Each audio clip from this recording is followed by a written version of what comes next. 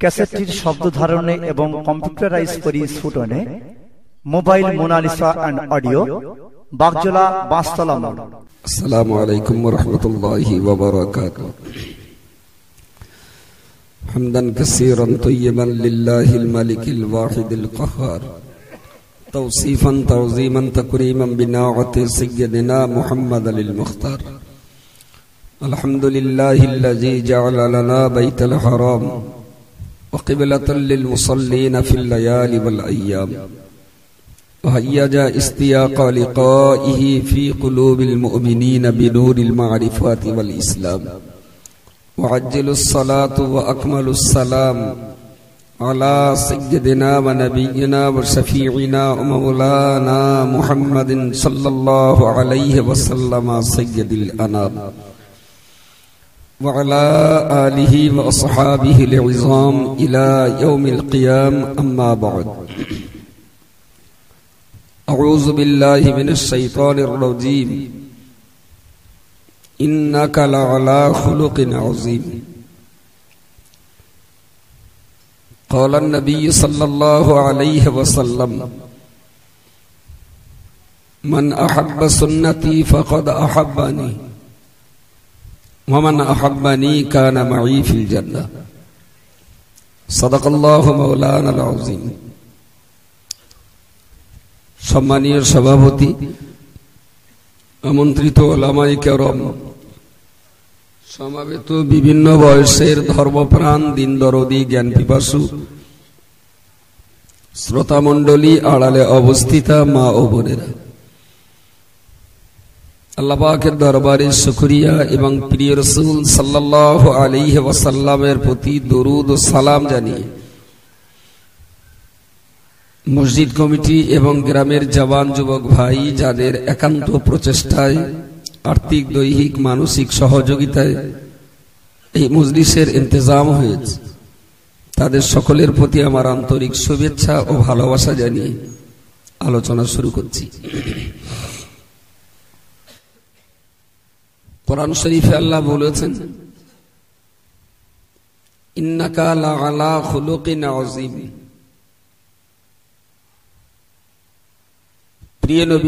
প্রিয় রাসূলকে লক্ষ্য করে আল্লাহর বক্তব্য যে আমার হাবিব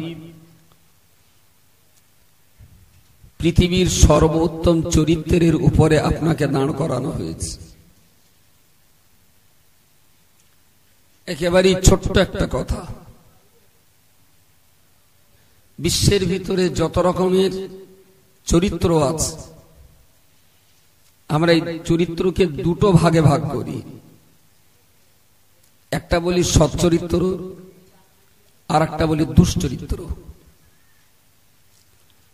সৎ চরিত্র যাদের দ্বারাতে প্রকাশিত হয় তাদের বলি আমরা সভ্য। অসৎ চরিত্র যাদের দ্বারাতে প্রকাশ পায় তাদেরকে আমরা বলি অসভ্য বা লম্পট। এখন চরিত্রের সৎ এবং অসৎ, ভালো গুণ আর দুশ্চরিত্রিক গুণ, এর সংজ্ঞা কি? পৃথিবীর মানুষ আসলে যে কি ভাবে আমি জানি না। চোর চুরি করে, তার একটা চিন্তা থাকে যে ধরা যেন না পড়ি। বাড়িতে যখন ঘরওয়ালা টাকা আনে, তার একটা চিন্তা থাকে চোর ডাকাত যেন সন্ধান জানতে না পারে। আসলেই পৃথিবীর মানুষ যদি জানতো তার সৃষ্টির রহস্য, কেন সে তৈরি হয়েছে, কেন তাকে পৃথিবীতে পাঠানো হয়েছে, সে এমনি সৃষ্টি হয়েছে না কেউ তারে সৃষ্টি করেছে, সে নিজের ইচ্ছায় এখানে এসেছে না কেউ তাকে এখানে পাঠিয়েছে, সে নিজের ক্ষমতায় এখানকার জায়গা ধরে রাখতে পারবে না কোনোদিন সে এটা ছেড়ে যেতে বাধ্য। এই ব্যাপারে মানুষের চিন্তা চেতনার স্বচ্ছ ধারণা নেই। জন্মাতি হয়, বড় হতি হয়, পড়তি হয়, বেকতি হয়, বাচ্চা বাড়তি হয়, বুড়ো হতি হয়, মূর্তি হয়। উদার আকাশে মুক্ত বাতাসে চিরকাল একই খেলা। সবার কচি হয়, আমারও দুটো করে হয়েছে। সবাই ফুর্তি করে, আমি একটু ফুর্তি করলাম। একেবারে গরুর চাকার মতন করে ছড়া স্পোক আছে, ঘুরে ঘুরে ঘুরে ঘুরে চিরকাল ওই ঘুরিয়ে যাচ্ছে। কেন এসলো আর কেন গেল, আমি কেন এলাম আর আমি কেন যাব, ছিলাম কোথায়, এসেছি যে জায়গায়, যাবই বা কোন জায়গায়, এই সম্পর্কে কোনো ধারণাই নেই। মাঠে গরু বেঁধে দিলে যেরকম, এটা কংগ্রেসের খ্যাত না সিপিএম এর বেগুন, টিএমসি সর্ষে না আরএসপি টমেটো, ও দেখার কোনো দরকার নেই। বেঁধে দিলি গড়ে খেয়ে যাবে। গালে ভালো লাগলে সমানে এড়ে গরু যা দেবেন খেয়ে যাবে। একটু দেখ যা বাদ দেবে, পেছনে বুনিদি গরুটা আসো মেরে দেবে। এটা কি মানুষই রাখলাক? এটা কি মানসিক জীবন? এ পৃথিবীতে যে বলকে স্কুল তৈরি করা হয়েছে মানুষকে ভদ্র করার জন্য, সেই বলকে মদের লাইসেন্স দেওয়া হয়েছে মানুষকে মাতাল বানাবার জন্য, সেখানে বেশ্যাখানার পারমিশন দেওয়া হয় মানুষকে লম্পট বানাবার জন্য। কি মানুষের সমাজ? কোথায় বাস করবো, কারে বাস করবো? সমাজ ব্যবস্থাটা কোথায় এসে গেছে? একই লোক যারা স্কুলি মাস্টারের মাইনে দেয়, তারাই মদের দোকানে লোন দেয়, তারাই আবার বেশ্যাখানার লাইসেন্স দেয়। ওরাই আবার রাত্রিবেলা পুলিশ যাচ্ছে, দেখো ক্ষয়কারের পাড়ায় কেউ যদি যায় এটা ধরে একটু থানায় এলিস। পুলিশও দেখতেছে, এমনি আসলে তো পয়সা দিতে হতো, আর পুলিশের পোশাক পরে এসে ফাউচা একটু খেয়ে যায়। অন্য জায়গায় পুলিশের ডিউটি দিতে কম করলেও বেশ্যাখানার ডিউটি খুব একটা কম দেয় না। রাত্রিকে দেখো যতগুলো বেশ্যাখানা আছে সব জায়গায় পুলিশ পাওয়া যাবে। রাত্রিবেলা ওর ওখানে এত কি কাজ? এই তো পৃথিবীর হালচাল। আবার এরাই মাঝে মাঝে যখন শান্তির বুলি আওড়ায় না, মনে হয় যেন জিবরাইল ফেরেশতা নেমে এসেছে। আরে বাপরে বাপ, শান্তির বাতাবরণ। আমি জানিনি আব্বা কোন বিষয়ের উপরে আলোচনা আপনাদের করে গেছেন, তো বুড়ো হাড়ে ও লোক দেখছে ভালো। এখন দু এক জায়গার খবর পাচ্ছি তো, পুণ্য চাইলে একটু কাটরা পোকা টোকা লাগার ভয় থাকে, তবে চাল দু চারটে যা তাকে ভাতে বাড়ে। জি তাই বললাম, একটু কাটরা পোকা টোকা লাগার ভয়, তবে নিম পাতাটাতে রাখতে পারলি ভাতে বাড়বে।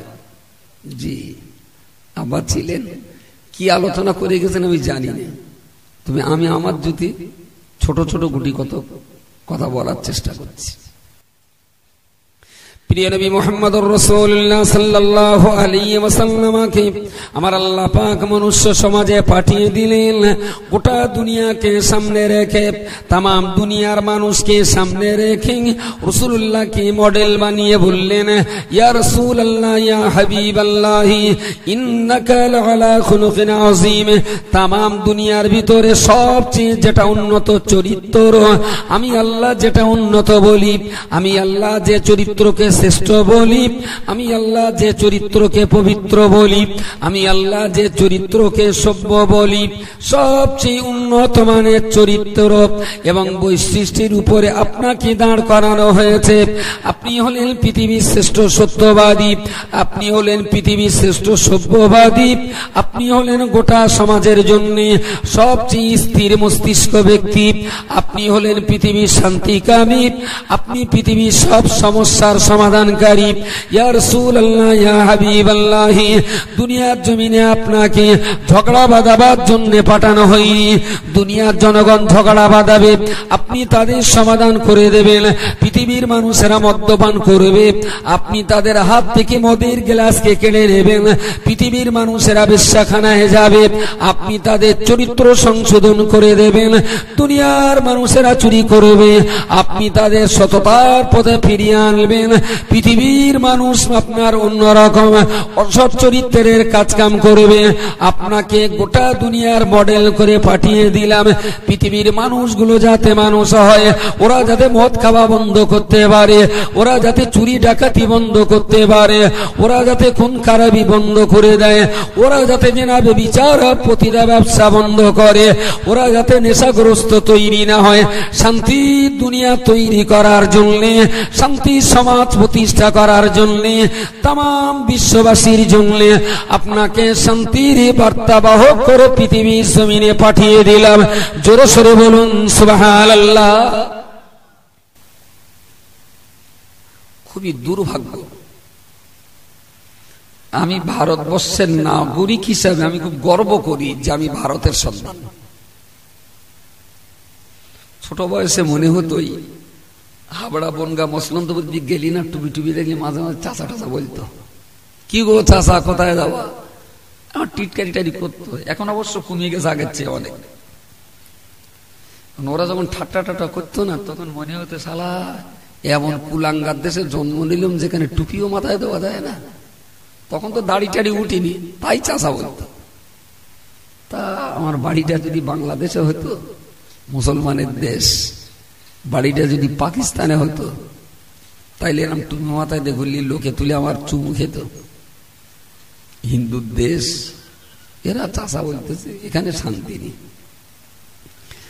কিন্তু এখন দেখতে পাচ্ছি শালা বাংলাদেশের শেখ হাসিনার কাছে মুসলমানরা যতটা নিরাপদ, ইন্ডিয়ার লাল কৃষ্ণ আদবানির কাছে মুসলমানরা তার চাইতে বেশি নিরাপদ। যারা একটু খোলা চোখে তাকিয়ে আছেন বাংলাদেশের অবস্থা সম্পর্কে, যাদের মোটামুটি একটা 20% ধারণা আছে বর্তমান প্রেক্ষাপট, আমার যদি কেউ বলে যে 1 কোটি টাকা দেবো বাংলাদেশে ঘর বাঁধতে হবে, বলি ঘর বাঁধা তো দূরের কথা, তুই যদি বলিস ঢাকায় গিয়ে একবার পেশাব করে আসতে হবে, তবু মাতিন যাবে না। 1 কোটি টাকা দেয়। বাংলাদেশের মাটি এখন অভিশপ্ত মাটি। খান জাহান আলীর বাংলাদেশ, পীর নেসার আহমেদের বাংলাদেশ, নেসার আলী সাহেবের বাংলাদেশ, কত পীরানে তরিকত বুজুর্গানে দিন জীবন্ত উলিয়া উলিয়ার মাজার ওখানে। সেই বাংলার মাটি আজ অভিশপ্ত মাটিতে পরিণত হয়েছে। মসজিদের ভিতরে গুলি, শিক্ষাঙ্গন কলেজের ভিতরে গুলি, মাদ্রাসার ভিতরে মারপিট। এখন মনে হচ্ছে যে আমি যে জায়গাটায় আছি পৃথিবীর সবচেয়ে ভালো জায়গায় আছি।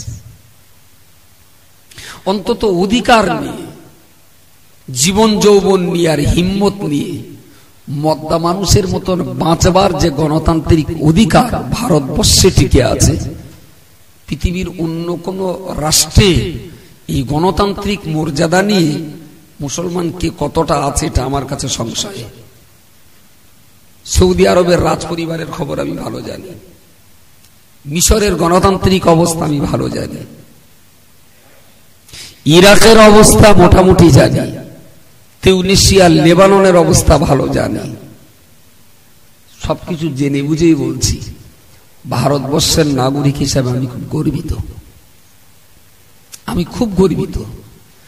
ইমানের সাথে টুপি দাড়ি নিয়ে, নামাজ নিয়ে, রোজা নিয়ে, হজ যাকাত নিয়ে, মসজিদ মাদ্রাসা ঈদগাহ কবরস্থান নিয়ে যে সম্মানের সঙ্গে এখানে বেঁচে আছি, আবার ইসলামের হয়ে সংগ্রাম করতে পারি। যারা সরকারের আসনে বসে আছে, আমি ইসলামের পতাকা নিয়ে তাদের বিরুদ্ধে আন্দোলনও করতে পারছি যে আমাদের এই অধিকার দিতে হবে, আমার কবর বাঁচাতে হবে, মসজিদ বাঁচাতে হবে।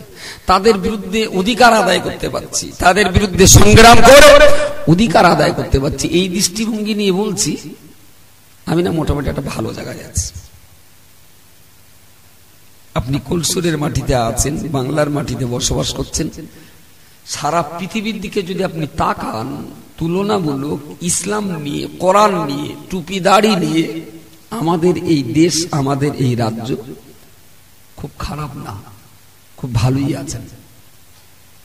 হয়তো 92 সালে বাবরি মসজিদ শহীদ হয়েছে, হয়তো গুজরাটের দাঙ্গাটা হয়েছে, হয়তোবা আদিনার মসজিদটা বেদখল হয়ে আছে, হয়তোবা 3 মাস আগের মুজাফফরপুরের দাঙ্গায় কিছু মুসলমানের প্রাণ হানি ঘটেছে। এগুলো বিচ্ছিন্ন ঘটনা ঘটেছে, আমি অস্বীকার করছি না। দেহ থাকলে একটু ঘা পাছড়া হয়, একটু দাদির মলম দিতে হয়, পোড়া ব্যাটারি একটু মাঝে মাঝে লাগাতে হয়। আমি মনে করি ওগুলো একটু চুলকানি পাছড়া হয়েছে, ওর ওষুধ দেওয়া লাগে। তার মানে এই না যে পুরো দেহটা একেবারে বাদ দিতে হবে, এমন ঘটনা নাই। অন্যান্য রাষ্ট্রের তুলনায় পাকিস্তানে যান, এমন দিন নেই যে মসজিদ মাদ্রাসার ভিতরে 2-10টা মুসলমান খুন হচ্ছে না, প্রতিদিন প্রতিনিয়ত।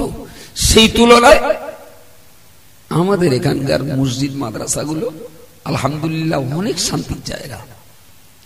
পাকিস্তানে হযরতবাল মসজিদে যাবেন, যে কড়া মুসল্লি সেই কড়া ওই স্ট্যান্ড গান ধরে দাঁড়িয়ে আছে পুলিশ, মসজিদের ভেতরে পুলিশ। আশ্চর্য ব্যাপার। অশান্তির বাতাবরণ তৈরি হয়, তা নইলে পুলিশ থাকবে কেন? সেই তুলনায় আমি ভারতবর্ষের নাগরিক হিসাবে আমি গর্বিত, আমি আনন্দিত, আমি উৎসাহিত। বিশ্বের দরবারে মাথা উঁচু করে বলতে পারি যে গণতান্ত্রিক রাষ্ট্র যদি দেখতে হয় তো আমাদের ভারতের কাছ থেকে তারা শিক্ষা নিক। যদিও কিছু বিচ্ছিন্ন ঘটনা ঘটে গেছে, আমি সেগুলোকে ধিক্কার জানাই। কিন্তু বান্দা, বড় লজ্জার কথা বলতে হয়, অপমানের সঙ্গে বলতে ইচ্ছা হয়। এইরকম একটা জায়গায় বসবাস করার পরে কেন আমি এ কথা বলতে পারি না? প্রিয় নবী মুহাম্মদুর রাসূলুল্লাহ সাল্লাল্লাহু আলাইহি ওয়াসাল্লাম গোটা দুনিয়ার মদ বন্ধ করার জন্য সংগ্রাম করলেন, জেনা বন্ধ করার জন্য সংগ্রাম করলেন। অমাবস্যার রাতের অবসান ঘটিয়ে কিভাবে পৃথিবীতে শান্তি সূর্য উদিত হবে, এ চিন্তা তো নবী মুহাম্মদ সাল্লাল্লাহু আলাইহি ওয়াসাল্লাম পৃথিবীর মানুষকে চোখে আঙুল দিয়ে তিনি প্রথম দেখিয়ে দিয়েছিলেন। প্রিয় নবী মুহাম্মদুর রাসূলুল্লাহ নারী জাতিকে কিভাবে সমাজে মর্যাদা প্রদান করতে হবে, নারী যে মায়ের জাতি, এদেরও মানুষের মর্যাদা রয়েছে, কিভাবে তাদের অধিকারে প্রতিষ্ঠা করতে হবে। গোটা দুনিয়া যেদিন নারীকে চিনত না আর জানত না, নারীকে মানুষ বলেই গ্রাহ্য করা হতো না, মর্যাদা দেওয়া হতো না, সেই অন্ধকার অজ্ঞতার যুগের মাঝখানে দাঁড়িয়ে নবী মুহাম্মদুর রাসূলুল্লাহ তিনি নারী জাতিকে মায়ের মর্যাদা দিয়ে বলেছিলেন, হে পৃথিবীর মানুষেরা, ছেলেরা, জওয়ান, যুবকেরা, বাবেরা, সত্যি যদি তোমরা জান্নাতে যেতে চাও, আমি রাসূল বলছি না তোমার জান্নাত মসজিদে নয়, তোমার জান্নাত মাদ্রাসায় নয়, তোমার জান্নাত ঈদগাহ কবরস্থানে নয়, আমি রাসূল বলছি তোমার জান্নাত খোদার কাবা ঘরে নয়। সন্তান হিসাবে বেটা যদি জান্নাতে যেতে যাও, তোমার জান্নাত রয়েছে তোমার মায়ের পায়ের তলায়। জোরে সোরে বলুন সুবহানাল্লাহ। পশ্চিম বাংলায় ভারতবর্ষের স্কুলগুলোতে যদি নবী পাকের আদর্শটা একটু পড়ানো হতো, আমার মনে হয় আমার দেশের মাতাল কিছু কমতো, আমার মনে হয় বেশ্যাখানার খদ্দের কিছু কমতো, আমার মনে হয় নবী পাকের আদর্শগুলো যদি আমার দেশের উঠতি প্রজন্ম, শিক্ষক শিক্ষিকা, ছাত্র ছাত্রী, শিক্ষার্থী ভাই বোনেরা, তারা যদি জানতেন আমার নবীর আখলাক আর চরিত্র, তার জীবনের কর্মকাণ্ড, আমার বিশ্বাস আমার দেশের চুরি ডাকাতি, গুন্ডামি, বদমাইশি, মারামারি আর কাটাকাটি অনেকটা কমে যেত। বলবেন পাকিস্তান তো মুসলমানের দেশ, ওখানে এত হচ্ছে কেন? আসলে সার্কাসে একটা বাঘ থাকে, জঙ্গলে একটা বাঘ থাকে, ঘরের দেয়ালের গায়ে ক্যালেন্ডারেও একটা বাঘ থাকে। ক্যালেন্ডার অনেক সময় দোকানদাররা বাঘের ছবি টবি ক্যালেন্ডারে করে না, জঙ্গলের বাঘটা ধরে সার্কাসের খাঁচায় ঢোকায়, আর ওই বাঘটার ছবি তুলে ক্যালেন্ডারে সেবে দেয়ালের গায়ে রেখে দেয়। জঙ্গলের খোলা বাঘ জীবনে একবার দেখেছি, অনেক দূরে। চিড়িয়াখানার বাঘ এই 3-4 ফুট দূরের থেকে দেখেছি। চিড়িয়াখানার বাঘ তো ঘেরা থাকে, ওর কিছু করার থাকে না, তবু ওরে যখন খোরাক টরাক দেয়, আমাদের আলিপুর চিড়িয়াখানায় বেশ ছোট বয়সের দিকে শুনেছিলাম একবার কাগজে সংবাদ উঠেছিল যে বাঘের ওই খাবার দিতে গিয়ে কি করি একটুখানি ফাঁক নেপে ওখান থেকে হাতল মেরে যে প্রতিদিন খাবার দেয়, আজকে সে নিজে খাবার হয়ে গেছে, বাঘে ধরে মোটামুটি ওর একটু টিফিন করেছে, শুধু লাইন পায় না তাই। কিন্তু ওই বাঘের ছবি একটা ক্যালেন্ডারে ছিল, ঝড় লেগে ক্যালেন্ডারটা ছিঁড়ে নিচে পড়ে গেছে। আমার কচি দেখলাম বাঘের গালের কাছে বসে মুতি দিচ্ছে, বাঘের নাকে মুখি গালে কচির মুখ যাচ্ছে, বাঘ কিচ্ছু বলে না। যা ত্রিসীমানায় যাওয়ার কোন মদ্দা লোকের হিম্মত থাকে না, তাই কিমড়ি খেঞ্চি আমার কচি তসনস করে দিচ্ছে, বাঘ কিচ্ছু বলে না। ওটা হলো ক্যালেন্ডারের বাঘ।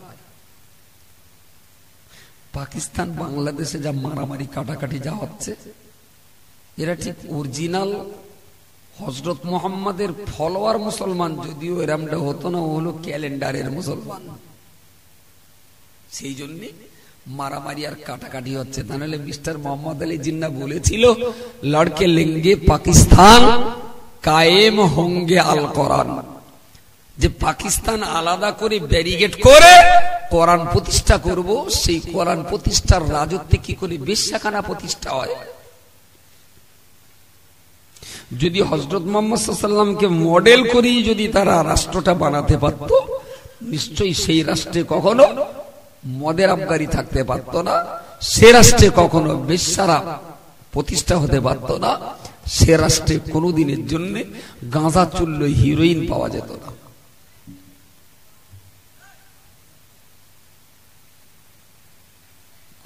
কথা পরে বলবি, দুটো খেয়ে রাখ, তোরাই জাতির ভবিষ্যৎ, যদি একটু ঢেকুর তুলতে পারিস পরে গে। প্রিয় নবী মুহাম্মদ সাল্লাল্লাহু আলাইহি ওয়াসাল্লাম তাকে বললেন, ইন্নাকা লাআলা খুলুকিন আযীম। জগতের মানুষকে বললেন, লাকাদ কানা লাকুম ফি রাসূলিল্লাহ উসওয়াতুন হাসানাহ।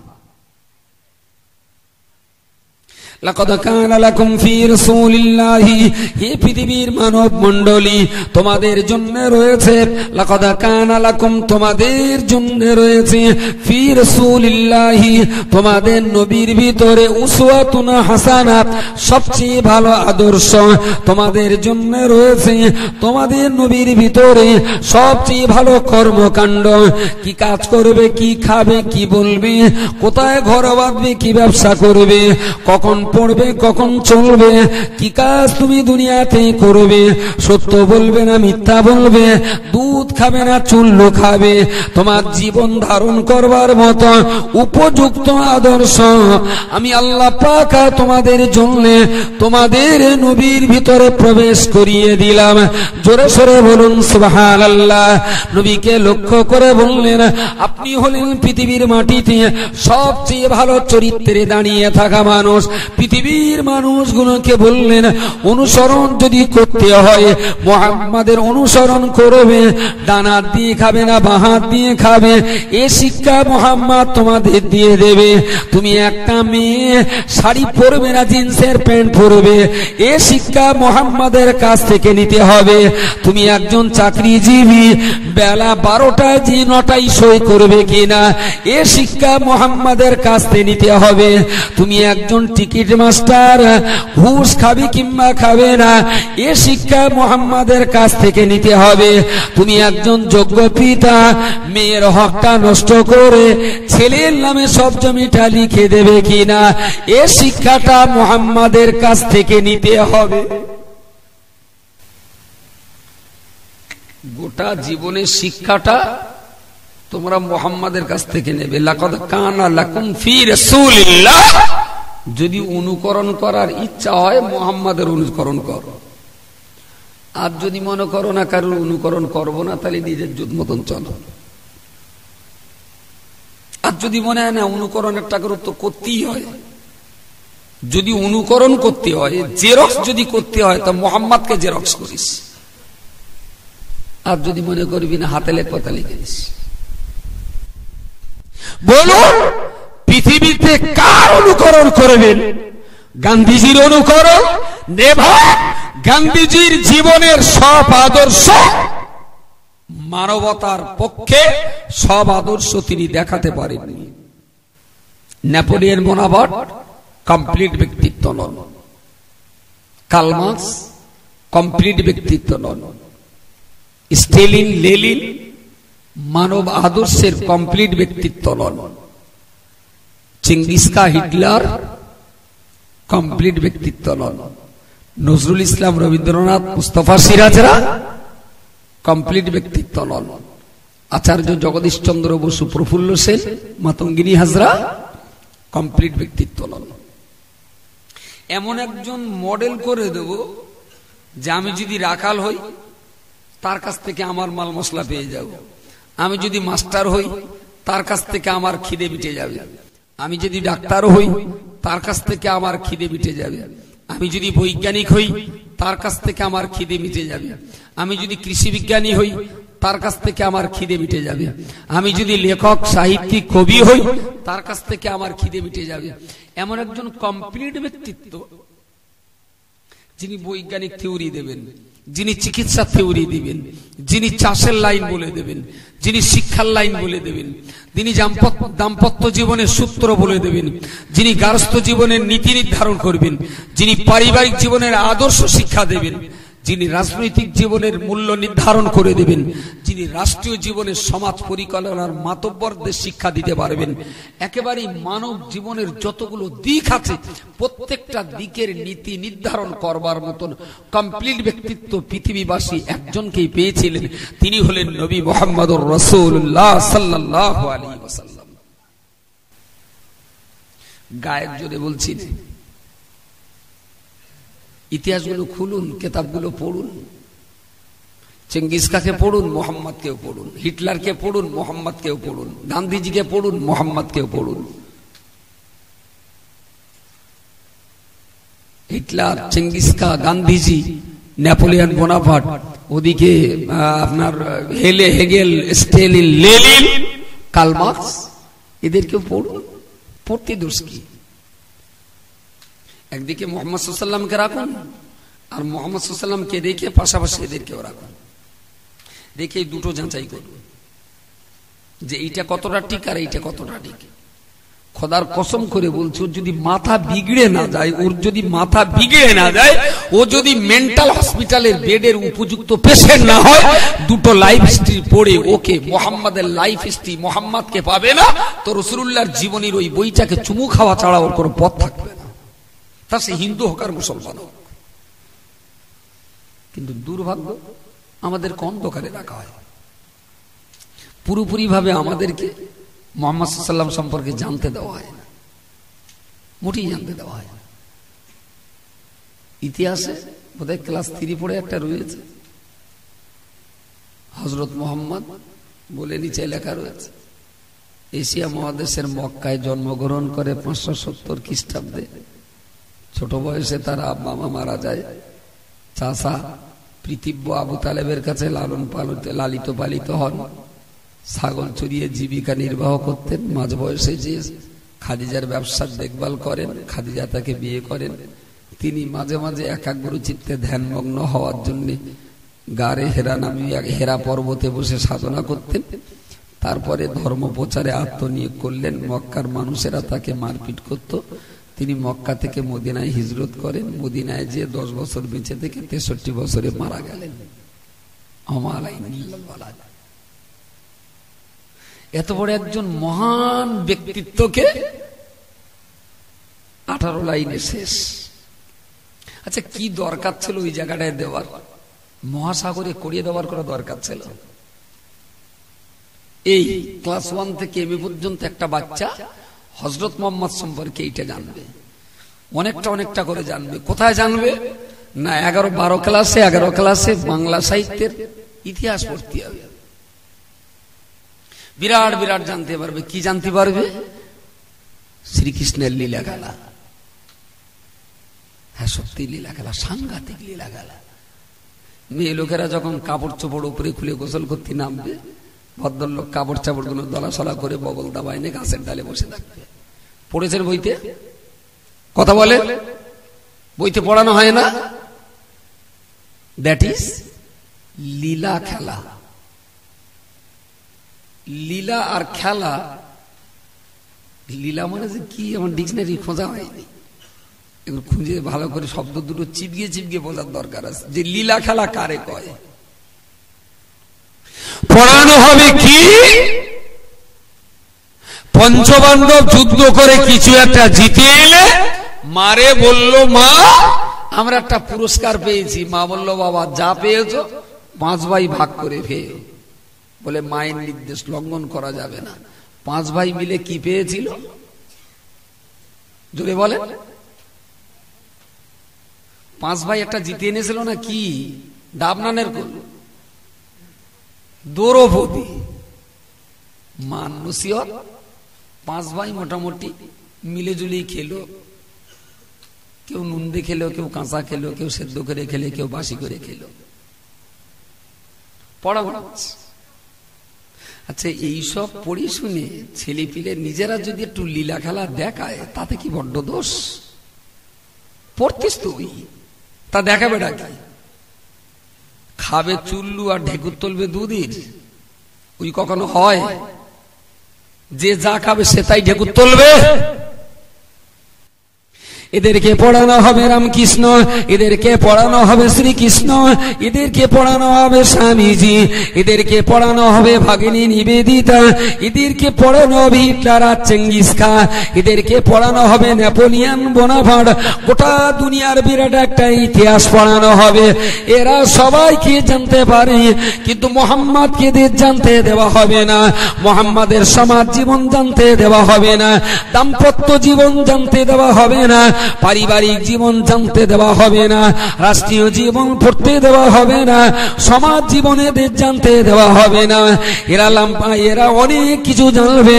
হিটলার কি করে মানুষ খুন করেছিল, চেঙ্গিস খান কি করে মাতব্বরি করেছিল, সব এদেরকে পড়িয়ে দেওয়া হবে।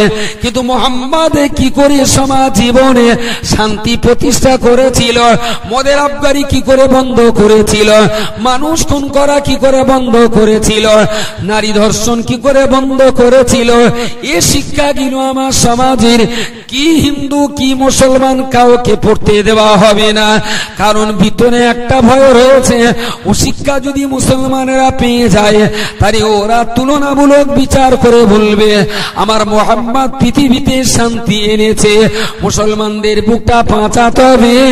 এ শিক্ষা যদি আমার আপনার ঘরের হিন্দু ভাই ও বোনেরা তারা যদি পড়ে নেয়, শ্রীকৃষ্ণের লীলা খেলা তারা পড়বে, মোহাম্মদের যৌন জীবন তারা পড়বে, এ দুটো জীবন পড়ার পরেতে হিন্দু মুসলমান ঘরের ছেলেরা মেয়েরা ওরা যখন কলমা পড়ে মুসলমান হয়ে যাবে, এটা তো জাতির জন্য বড় লজ্জা লজ্জা লজ্জা। সুতরাং ওইটা ঢেকে রাখো, ওইটা পড়তে দিও না। যদি নবীকে জেনে ফেলে তাহলে কপালে খবর আছে, মোহাম্মদকে জানলে কপালে খবর আছে। আপনি আমার কথা একদম অক্ষরে অক্ষরে মিলিয়ে নেন। কলেজে ইউনিভার্সিটিতে যারা পড়ে এরা সবাই বদমাইশ না, তবে এদের ভিতরে 2, 4, 5, 10, 20টা ভালো ছেলেও আছে, ভালো মেয়েও আছে। আবার এদের ভিতরে 2, 10, 20টা কলেজ একদম মোটে কামাই করে না, কিন্তু বাড়িতে যায় বাসে হাফ ভাড়া দেয়, কলেজে যায় কি কমনে যায় আলাদা খবর আছে। কারণ 2টো মোবাইল আর 6টা সিম, এক একজনের জন্য টাইম ধরে এক একটা সিম কার্ড ব্যবহার করে। পড়ে একেবারে যে পড়ে না তা না, তাহলে ক্লাসে উঠতেস কি করে? ও কি খিচুড়ি স্কুল যে না পড়লেও পাস? যেভাবে খড়কে খড়কে যাচ্ছে মোটামুটি। এদেরকে যদি শেখানো হয়, এদেরকে যদি পড়ানো হয়, একটা দিক বলি শিক্ষার একটা দিক। পৃথিবী এখন শিক্ষায় এগিয়ে, আমাদের ভারত আগের চেয়ে অনেক এগিয়ে, পশ্চিমবাংলা আগের চেয়ে এখন অনেক সজাগ। আলহামদুলিল্লাহ, শিক্ষার প্রতি মানুষের যত্ন, ভক্তি, মহব্বত, ভালোবাসাটা এটা নিশ্চয়ই দেশের জন্য, রাজ্যের জন্য আশীর্বাদ, এটা অভিশাপ না।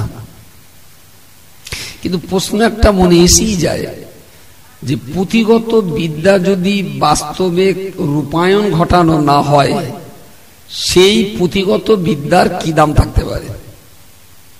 যে বিদ্যাটা বাস্তবে কাজে লাগানো না হয়, যে বিদ্যাটা বাস্তবসম্মত নয়, যে বিদ্যাটা পড়াশুনো করে কাজে লাগানো যাবে না, সে শিক্ষার কি দাম আছে আমি জানি না। যেমন অঙ্কে হেডমাস্টার আমার বলল ব্ল্যাকবোর্ডে লিখে দিলে যেই কটা অঙ্ক পাতাচ্ছে এই কটা পেতে নাও, 5, 3 আর 2, 1 নিচে দাগ দে, বললে এটা যোগ করো। তা ছেলে পেলে যোগ করলো, 5 আর 3 8, 8 আর 2 10, 10 আর 1 11, নিচে ফটাফট লিখে দিলে 11, 5, 3, 2 আর 1, 11 হয়তো নাকি? কচি লিখে দিলে, পেন্সিল তো নিচে লিখে দিয়ে আসলে 11.5, মাস্টার টিক চিহ্ন দিয়ে দিলে, বলে ভেরি গুড। ক্লাস 1 এর বাচ্চা তো খুব সুন্দর উত্তর লিখেছে। ওর আব্বার দোকান ছিল, ওর আব্বা বলে একটু দোকানে বস দি, বসে রেখে চলে গেছে। ওইসব কোনো বেচা কেনা হয়েছে? তারা করছে। তাহলে হ্যাঁ হয়েছে। কি বেচো আব্বা? তাহলে 5 টাকার আলু বেচেছি, 3 টাকার বিড়ি বেচেছি, 2 টাকার 2টো ম বেচেছি, আর 1 টাকার একটা লজেন বেচেছি। তাহলে পয়সা কি করেছো? বলা ভাই বাক্সে রয়েছে। বলে কত দেশলো দোকান যে খরিদ্দার? তো লোক 20 টাকা দেশলো। তা আমি হিসেব কিতাব করে টাকা পয়সা কেটে টেটে নে 31 টাকা ফিরিয়ে দিস। 31 টাকা ফিরিয়ে দিলে কেন বাবা? তাহলে আমি হিসেব করি তো তাই দেখলাম যে 31 টাকা ফেরত পায়। তুমি না সেদিন অঙ্ক কষছিলে, সুবোধ স্যার তোমার অঙ্ক কষাচ্ছিল, সুবল মাস্টার অঙ্ক কষনি? 5 আর 3 8 আর 2 10 আর 1 11, তার দেশে তো তোমার 20 টাকা। 11 ওর বাপ লিখেছে 11 আর ওপরে 20, এটা বিয়ে করলি কত হয়? বলে আব্বা 9। তাহলে তুমি 31 টাকা ফিরিয়ে দিলে। তাহলে আব্বা কলমে হচ্ছে 31, এখন 9 হচ্ছে কেন তা কি জানি। আচ্ছা বলুন, পুঁথিগত বিদ্যায় সে জানে যে 4টি অঙ্ক যোগ করলে 11 হবে, 20 থেকে 11 বাদ দিলে 9 থাকবে। দোকানদার আমি 11 টাকা কেটে নিয়ে 9 টাকা ফেরত দেব। এটা হলো পুঁথিগত বিদ্যা। বাস্তবে দোকানদারি করতে গিয়ে 9 টাকা ফেরত না দিয়ে যদি 31 টাকা ফিরিয়ে দেয়, তাহলে পুঁথিগত ওই বিদ্যা আর এর কর্মকাণ্ডের সাথে কোনো মিল? জি জি, আমার তো মাথায় ঢোকে না যে কলেজ থেকে পড়ে আসবো শ্রীকৃষ্ণের লীলা খেলা, ওইটা পড়ে পুঁথিগত বিদ্যে ভালো করে মুখস্থ করে ও যদি চৌকি দে কোন মেয়ে লোক গাদুত গেলে এরম জামা কাপড় গুলো নে যদি গাছের ডালে, এখন 2014 সালে যদি গাছে উঠে বসে থাকে, ওর কি মারার জন্য কারো ডাকতি টাকতি হবে? মারধর একটু খাবে না? খাবে না? একটু আর দেখে না, ভালো রকম খাবে। ও যদি বলে যে আমি বইতে পড়েছি তাই তো করেছি, দোষটা ওর না বইটা যারা পড়াচ্ছে তার গা? তাহলে এমন সর্বনাশে বই স্কুল কলেজে পড়ানো হচ্ছে যে এইগুলো পড়ো তবে যেন কাজে লাগবে না। তাহলে কি চুলকুনিতে ঘোড়ার ডিম পড়ানো হচ্ছে আমার একটু বলবেন? আচ্ছা পড়াশুনো তো কাজে লাগাবার চললি, তা যেটা পড়ে শুনে মুখস্থ করে কাজে লাগালি মার খেয়ে ফাঁস হতে হয়। সে ঘোড়ার কুচু কেন পড়াচ্ছে আমি নিজে উত্তর খুঁজে পাইনি। আবার যারা সব মন্ত্রী টন্ত্রী বইটই সিলেক্টেড করে, এরা নাকি খুব ঠান্ডা মাথার লোক। মানে মাথায় হাত দিয়ে দেখবেন চটচট করতেছে। বললো কেন? দেখ ওতে কুকুরি 2-1 ফোঁটা দেশে টেছে কি দেখ। ঠান্ডা মাথায় কখনো এইরকম অযৌক্তিক, আপনার অসামাজিক, অবৈজ্ঞানিক, অবাস্তব লেখাপড়া কি করে হতে পারে? পড়বে একরকম আর করবে আর এক রকম। আমি তো তাই জানি না, আমি জানি যা পড়তে হয় তাই কাজ করতে হয়, পরিষ্কার কথা। বইতে লেখা থাকে কখনো মিছা কথা কহিও না, পরের দ্রব্য না বলিয়া লইলে চুরি করা হয়। ঘুরে এসি মা বলল আমার এখানে টাকা ছিল 10টা টাকা লেছো। আমি বললাম না তোমার খোদার কিনে আমি নেই, আল্লাহ কে তোর মাথা হাত বলিস লেগে। মা বললো তোর প্যান্টের পকেটে কি? আমি বলি কই কিচ্ছু নেই। তাহলে হাত দিয়ে দেখি, তাহলে না তুমি হাত দিও না, বলতিস তো কিচ্ছু নেই, আমার তোমার বিশ্বাস নেই, তাহলে দেখি একটু।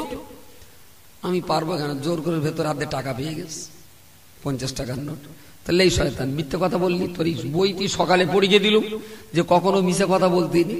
কচি যদি ঘুরে গিয়ে বলে মা বইটি পড়লি যদি সত্যি কথা বলতে হয় তাহলে তুই লীলা খেলা পড়ি ওরা একটু ঘটাতে হয়। আমার কথা বোঝা যায়নি?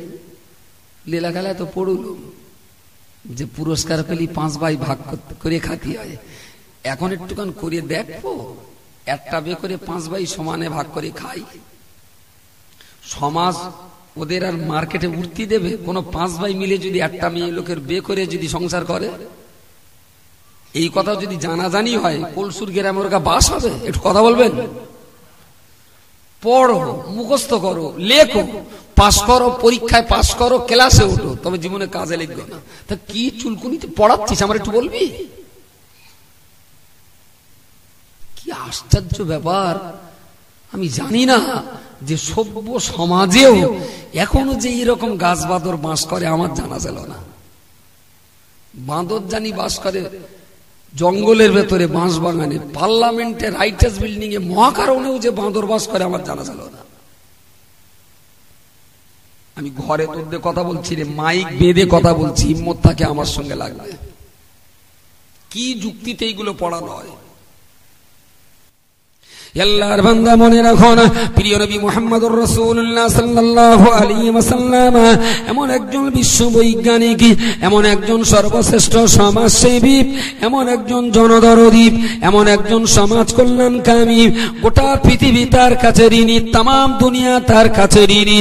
কারণ মুহাম্মাদের আদর্শ কেবলমাত্র মুসলমানরা মানে তাই নয়, মুহাম্মদ জন্ম নিয়েছিল বলেই প্রিয় নবীর আদর্শ আখলাক চরিত্র দেখে শুনি আর বুঝ করে আপনারা রাজা রামমোহন এবং ঈশ্বরচন্দ্র এরা দুজন আন্দোলন করেছিলেন সতীদাহ প্রথা চলতে দেওয়া যেতে পারে না, সতীদাহ প্রথা বন্ধ করতে হবে। আমিও তাদের সঙ্গে একমত ছিলাম, কিন্তু কসম খোদার করে বলতে পারি মুহাম্মদ যদি পৃথিবীতে জন্ম না নিতেন সতীদাহ প্রথা বন্ধ করবার মতো হিম্মত রামমোহনের আর ঈশ্বরচন্দ্রেরও হতো না।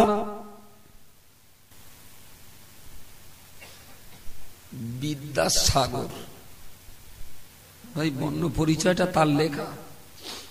আমি বর্ণ পরিচয় পড়ি, আর বিদ্যাসাগরের জন্য আমার একটা আফসোস হয়, খোদা যদি কলমা পড়িয়ে মরতো তাহলে বলতুম জোরে জান্নাতে দাও।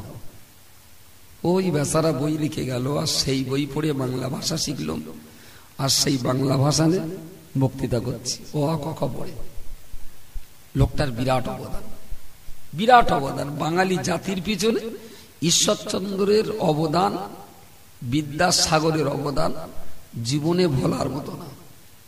কোন বাঙালি, হিন্দু মুসলমান যেই হোক, ঈশ্বরচন্দ্রের অবদান, আমার কথা বোঝা যায়নি? আমি বেঈমানি করতে রাজি না, যার যতটুকু ভালো সেটা আমি ভালো বলবই। তার যথেষ্ট অবদান আছে বাংলা ভাষা শিক্ষার পিছনে। কিন্তু একটা জায়গায় আমার রোল খাওয়ার মতো একটু গাল চলবে। ঈশ্বরচন্দ্রের মা যা বলতো ঠিক তার উল্টোটাই করত। পড়েছেন না বইতে? তাহলে বিদ্যাসাগর না বিদ্যার পুকুর? বলুন বলুন। সারা দুনিয়া বলেছে যে মা শ্রদ্ধার পাত্র, আর ঈশ্বরচন্দ্র যদি মা বলতো বইলে বসো, ও তখন খেলাতে যেত। মা বলতো লেপ গায়ে দাও, ও তখন গেঞ্জি খুলে ফেলত। মা বলতো কচি গা ধুয়ে এসো, উনি তখন কাদা মাখতেন। মা বলতেন কচি একটু খেল গিয়ে এসো, তখন ঘরের ভেতর ঢুকে তক্তগোছের কোনায় পালাত। সেই সময় মা দেখলো এরে যা বলতে হবে উল্টো করেই বলতে হবে। ঠিক স্কুল যাওয়ার সময় হলি মা বলতো খোকা খবরদার জানি স্কুল টিস্কুল যাবা না, বললাম একটু মাঠে খেল গিয়ে এসো।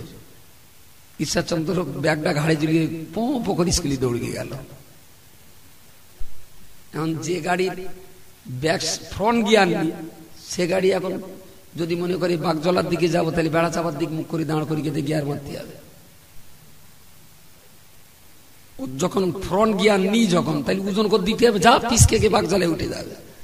যদি যাই বাগজলায় মুখ থাকবে বেড়া চাপার দিকে, যদি যাই হাবড়ায় মুখ থাকবে মগরার দিকে, কারণ তো পিসকে ছাড়াতে গিয়ে যাবে। আমি ঠিক বিদ্যাসাগর বলার পক্ষে না। বিদ্যাসাগর যদি বলতে হয় পৃথিবীর একমাত্র একজনকে আমি বলতে পারি বিদ্যাসাগর, যে সাগরের পানিতে পৃথিবীর 256টা দেশের মানুষ যে পানিতে গোসল করে স্নান করে নিজেদেরকে সভ্য ভদ্র করে তুলে ধরাবার চেষ্টা করেছেন। ঈশ্বরচন্দ্রের জ্ঞানে বাঙালি জাতি উপকার পেয়েছে, সারা পৃথিবী উপকার পায়নি। নবী মুহাম্মদ সাল্লাল্লাহু আলাইহি ওয়াসাল্লামের জ্ঞানে গোটা দুনিয়ার মানুষ তারা কল্যাণের পথ পেয়েছেন। জোরে বলুন সুবহানাল্লাহ। সেই জন্য ঈশ্বরচন্দ্রকে বিদ্যাসাগর বলাটা আমার জান এমনি একটু হেক্সি ওটা বানা হয়, তা নইলে আর বলতে কি একটা মানুষের সম্মান করবো কৃপণার্থ করে লাভ কি? তবে চাপরাশিকে আবার মুখ্যমন্ত্রী বললে সেটা আবার মুশকিল, খুব খারাপ লাগে। ওনার প্যানের দড়ি বাঁধতে পারে না, ওরে যদি নাটকে রাজার অভিনয় করতে দেয় সে তো মার খেয়ে ফাঁস হয়ে যেতে হবে। এটা হয় আমার দুঃখ বেদনা। যাক, তারা তাদের কাজ করুক। আমার কমিউনিটির ভাই আপনারা যারা আছেন মুসলিম পরিবারের জন্য, আপনার পিতা মুসলমান, আপনার মাতা মুসলমান, পরিবার মুসলমান, আপনারা কি একটু পারবেন প্রত্যেকের ঘরে ঘরে প্রিয় নবীর আদর্শ সম্বলিত তার পূর্ণাঙ্গ জীবনী,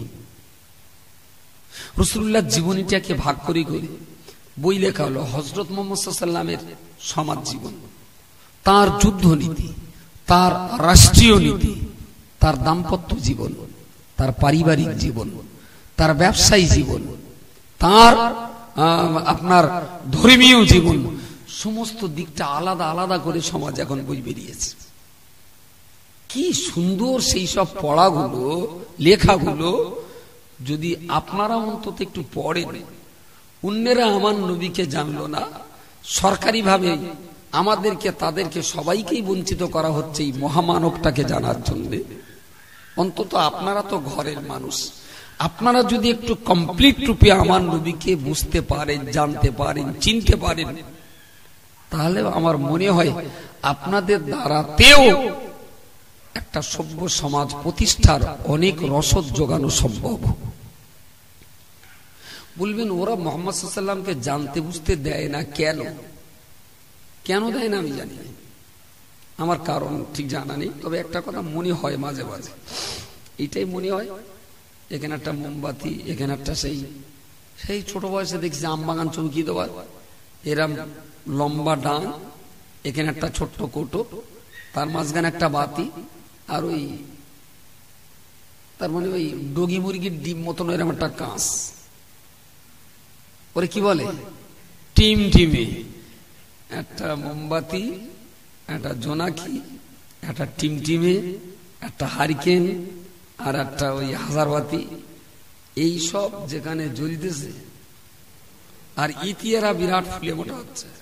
দেখো আমার আলোয় পৃথিবীর অর্ধেকটা আলোকিত হচ্ছে। মোমবাতিরে তার প্রশংসা করছি, জোনাকি তারও প্রশংসা করছি, যে কোনো পেট্রোল লাগে না, ডিজেল লাগে না, ব্যাটারি লাগে না, ঠিকঠাক করে কেমন আলো জ্বলতেছে।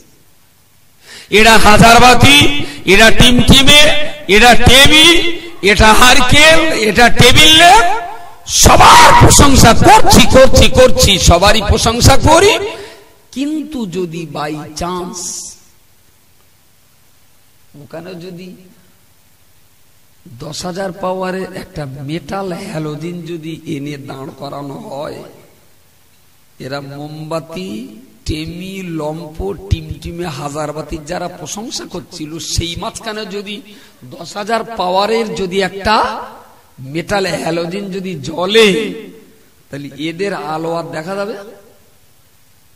এই হ্যালোজিন জ্বালিয়ে দিলি তখন এর গা ছায়া পড়বে, বলে তুই হঠাৎ অন্ধকার হয়ে যাচ্ছে ওর গা ছায়ায়। সব একটু একটু টুকচোনা ইঁদুর বস্তা কাটে ওই পাম দে দে বড় বড় হাতি বানানো হয়েছে, শুধু হাওয়া দে হাওয়া বালিশ করা হয়েছে। সেই জায়গায় যদি মোহাম্মদ কেনে হাজির করা হয়, আঙ্গা দেশের টেবিলম্প হাজারবাতি টিমটিমি গুলো সব শেষ। সুতরাং হাজারবাতি তার জুড়িস, এই মেটাল ডিটেক্টরের মেটাল লাইটে 10,000 পাওয়ারের হ্যালোজিনের এখানে জ্বালাস নে, জ্বালালি বলে আঙ্গা সব শেষ। আমি কি বলেছি, খুবলিতে কিছু যাচ্ছে টাচ্ছে? ওরা জ্বালাতি দেবে না, কারণ ওর গা টিমটিমে লিবে যাবে, তাই ছায়া পড়বে। তাই আমি বলছি, আপনারা যদি চেষ্টা চরিত্র করে নিজেরা নিজেদের ঘরে নবী মুহাম্মদ সাল্লাল্লাহু আলাইহি ওয়াসাল্লামের জীবন ইতিহাস, লাইফ হিস্ট্রির উপরে লেখা সমাজ, রাষ্ট্রীয়, পরিবার, দাম্পত্য সমস্ত জীবনটা যদি পূর্ণাঙ্গ রূপে অধ্যয়ন করে পড়াশুনো করে যদি আস্তে আস্তে করে আমরাই যদি সেই হ্যালোজিনটা একদিন যদি ভালো করে জ্বালিয়ে দিতে পারি, ইনশাল্লাহ ওদের জ্বালানো লাইট ওই জোনাকি মোমবাতি একদিন ছায়া পড়বে। ওরা কোনোদিন এখানে হ্যালোজিন জ্বালাতে দেবে না, কখনো দেবে না।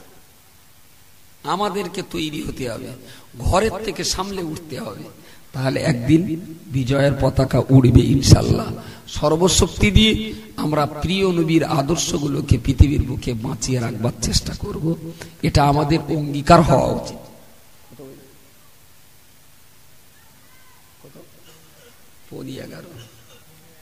পৌনে 1 তার মানে ইসমাইল লেবেস কটার দিকে? আমার এখানে ঢোকার কথা 10:30 মিনিট 15 পর, বোধহয় 12টার দিকে নেবেস, তাই না? 12টা বাজবে 5 মিনিট বাকি, আর 1টা বাজতে এখন 15 মিনিট, তার মানে 50 মিনিট হয়ে গেছে, আর 10 মিনিট। শেষ বক্তার জন্য আমি টাইম কম, এটা স্বাভাবিক নিয়ম। ডাল 2 ওকড়া করে দেয়, আলু 1 চামচ করে দেয়, গোস্ত 2-3 চামচ দেয়, চাটনি কতটা করে দেয়, এটা তো স্বাভাবিক। শেষ বক্তার টাইম কম, এতে আমার সঙ্গে কেজেল করলে হবে না, যেটা নিয়ম সেটা সবার মানতে হবে। আল্লাহ তৌফিক দিক।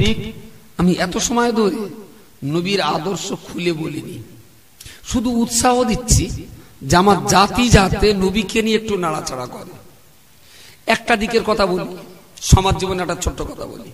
মা আয়েশা সিদ্দিক একদিন রান্না করছেন, প্রিয় রাসূল সাল্লাল্লাহু আলাইহি ওয়াসাল্লাম যে সেই রান্না সর্বস্বটা আলগা করে পাত্রে পানি ছিল, হড়হড় করে দিলে খানিকটা পানি ঢেলে। তরকারি রান্না করছেন মা আয়েশা, তাতে খানিকটা পানি ঢেলে দিলেন। হযরত আয়েশা সিদ্দিকা রেগে মেগে উঠে গেলেন যে 5টা মানুষজন আসবে খাবে, আর এ যা তরকারি ঝোল, ও তো গালে তো মোটে ভালো লাগবে না। লোকে জিজ্ঞেস করবে কেডা রেঁধেছে, আপনি বলবেন আয়েশা রেঁধেছে, বদনাম হবে আমার। দরকার নেই বাবা, রান্ধুম না আমি, আপনি আজকে একটু রেঁধে মেহমানদের খাওয়ান। কারণ অত ঝোল দিলে ভালো লাগে, এমনি লাউয়ের তরকারি, তার উপরে চিংড়ি মাছ নি, ডিম নি, কিচ্ছু নি, সে লাউ তো আবার আলুর মতন গোটা গোটা করে কাটা, তাতে আবার ঝোল, ও কি খাওয়ার মতন? রাসূলুল্লাহ আয়েশারে বললেন, শোনো আয়েশা, রাগারাগি করো না, ঝোল বেশি দিয়েছে, হয়তো একটু টেস্ট কম হবে, কিন্তু তুমি জানো আমার বাড়িতে যে মেহমান গুলো আসবে ওরা একটু খেলো, আর এই 2-4 গ্লাস পানি যা বেশি দিয়েছে ওতে একটু ঝোল বেশি হয়েছে, মানে ওই এক বাটি করে আমার বাড়ির চারিধারে যে মানুষগুলো আছে প্রত্যেকের বাড়িতে বাড়িতে 1 বাটি করে তরকারি দেওয়া যাবে। বলুন সকলে সুবহানাল্লাহ। আপনি বলুন, পৃথিবীর সমাজ জীবনের প্রতিবেশীদেরকে মহব্বতের দড়িতে বাঁধতে গেলে যে সূত্র, এই সূত্রটা পৃথিবীতে আপনাকে কে দিয়েছে? হিটলার বলেছে মারো, চেঙ্গিস খা বলেছে মারো, কার্ল মার্কস, লেনিন, স্টেলিন বলেছে যার কাছে আছে কেড়ে কেড়ে নে গরিবদের দাও, গান্ধীজি বলেছে না খেয়ে রোজা করো, ওদের শিক্ষা দিতে হবে। এক একজনের এক এক নীতি। মুহাম্মদ সাল্লাল্লাহু আলাইহি ওয়াসাল্লাম বলেছেন না, তোমার যা আছে সেইগুলো লোকেরও কিছু দাও, তুমি একটু খাও। বলুন সকলে সুবহানাল্লাহ।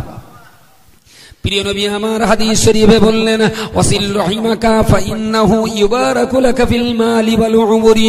হে আমার প্রিয় সাহাবী, আমি নবী তোমাদের জন্য বলছি, ওয়াসিল রহিমাকা, তুমি তোমার প্রতিবেশীর সঙ্গে সদাচরণ করবে, অত্যন্ত মিষ্টি আচরণ করবে। তোমার বাড়ির খাদ্য তাদেরকে দেবে, তাদের বাড়ির খাদ্য তারা তোমাদেরকে দেবে। তোমাদের মাঝখানে সম্প্রীতির মেলবন্ধন তৈরি হবে, মহাব্বত পয়দা হবে, মিলেমিশে বসবাস করতে পারবে।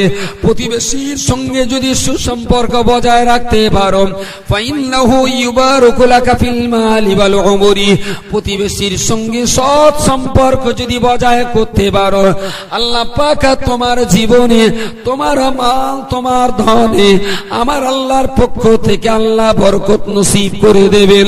জোরে সোরে বলুন সুবহানাল্লাহ। এই যে আমার তরকারি আপনার বাড়ি, আপনার তরকারি আমার বাড়ি, এতে একটা লাভ আছে। তবে বড় লোকের লস সারা বছর। কি বলিস বোঝা যায়নি? গরিব মানুষটা দিতে যায়, জানে ডাল দিয়ে গোস্ত পাবো, কিন্তু বড় লোক দিচ্ছে হবে না, ইলিশ মাছ দিয়ে চুনো মাছ।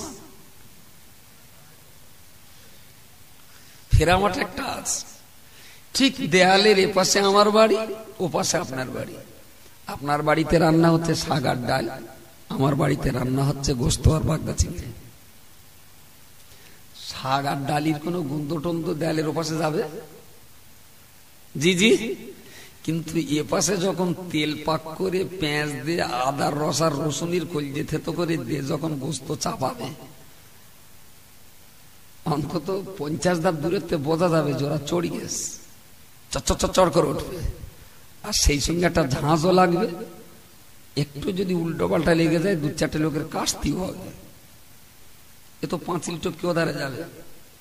ও বাড়ির বাচ্চাগুলো তখন বলবে, মা ওরা না গোস্ত রান্না করতে আজকে, মা আঙ্গা একটু গোস্ত হবে না। এই যে ছোট ছোট বাচ্চাদের, অবলা শিশুদের গোস্ত খাওয়ার যে লোভ, ওই তরকারি চড়ানোর পরে তার একটা মিষ্টি মিষ্টি স্বাদ ওই বাচ্চাগুলোর নাকে যখন যাবে, গোস্ত খাওয়ার লোভে বাচ্চাগুলোর গালে লোভ লালসার লালা ওদের গাল ভর্তি হয়। ওর মা একেবারেই টাটকা তাজা, মিথ্যে কথা বলি, বাচ্চাগুলোকে বুকের ভিতরে মুখ চেপে রেখে চুপ চুপ, তোমার আব্বাকে বলবো কালকে গোস্ত আনবে বাবা। আমি ঠিক তোমার আব্বার বলবো কালকে আমাদের ট্রেনের গোস্ত আনে। ও মা জানে কালকে আনার মতন ক্ষমতা তার স্বামীর নেই। বলুন, যে খোরাক আপনার বাড়িতে রান্না হচ্ছে, আর ওই খোরাকটা এক টুকরো গোস্ত খাবার জন্য পাঁচিলের ওপাড়ির ও পাঁচিলের ওপাশে ছোট ছোট বাচ্চা নাবালিক শিশুগুলোর গালে লালা তৈরি হয়েছে ওই গোস্তর লোভে। এই গোস্তটা কি আপনার জন্য স্বাস্থ্যসম্মত হতে পারে? যে হাঁড়িতে অন্যের লোভ ঢুকে গেছে, কখনোই নয়, কখনোই নয়, কখনোই নয়। ও গোস্ত কখনো স্বাস্থ্যসম্মত হতে পারে না। কারণ ওই গোস্তটা খাবার জন্য ওরা হরিণের মতন কান খাড়া করে অপেক্ষা করছে। যদি এই গোস্ত এক বাটি রান্না করে যদি ওদেরকে দেওয়া হয়, ওই গরিবের মা ওই এক পিস করে তার 4-5টা ছেলের পাতে সবার একটু একটু করে ঝোল দেবে। ওদের রান্না হয়েছে শাক, ওরা এক পিস গোস্ত খাবে, ওদের মনটা আনন্দ হবে না? আনন্দে ওদের মনটা আটখানা হবে। ওই যে ওদের মনের আনন্দ, ওই আনন্দটাই আল্লাহর কাছে দোয়া।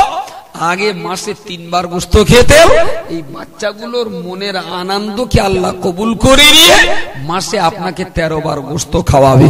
বলুন সকলে সুবহানাল্লাহ। আর ওই খাদ্যটার প্রতি ওদের যে লোভ ছিল, ওই গোস্ত এক পিস খেয়ে ওদের লোভ সামলে গেল, খাদ্যটা আপনার জন্য স্বাস্থ্যসম্মত হলো।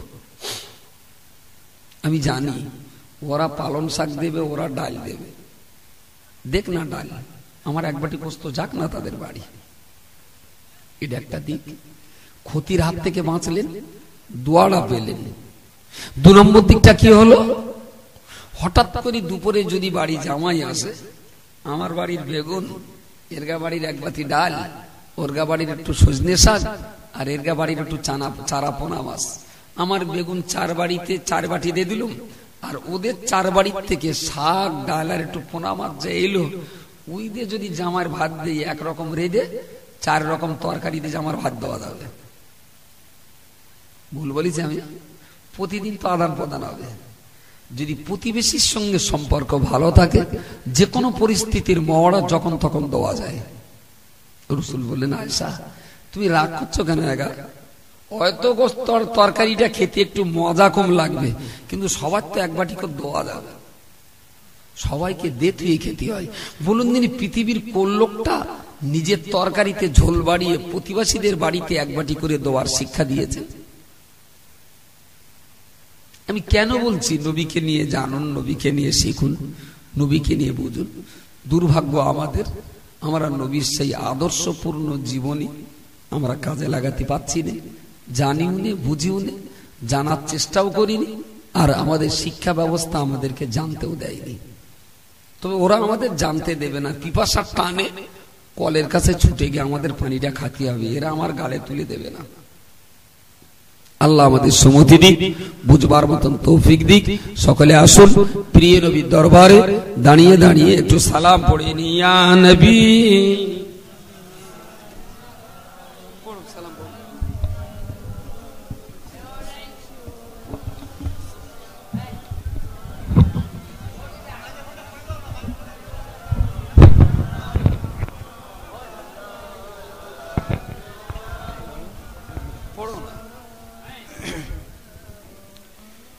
أشرق البدر علينا اختفت منه البدور قد طايا وجه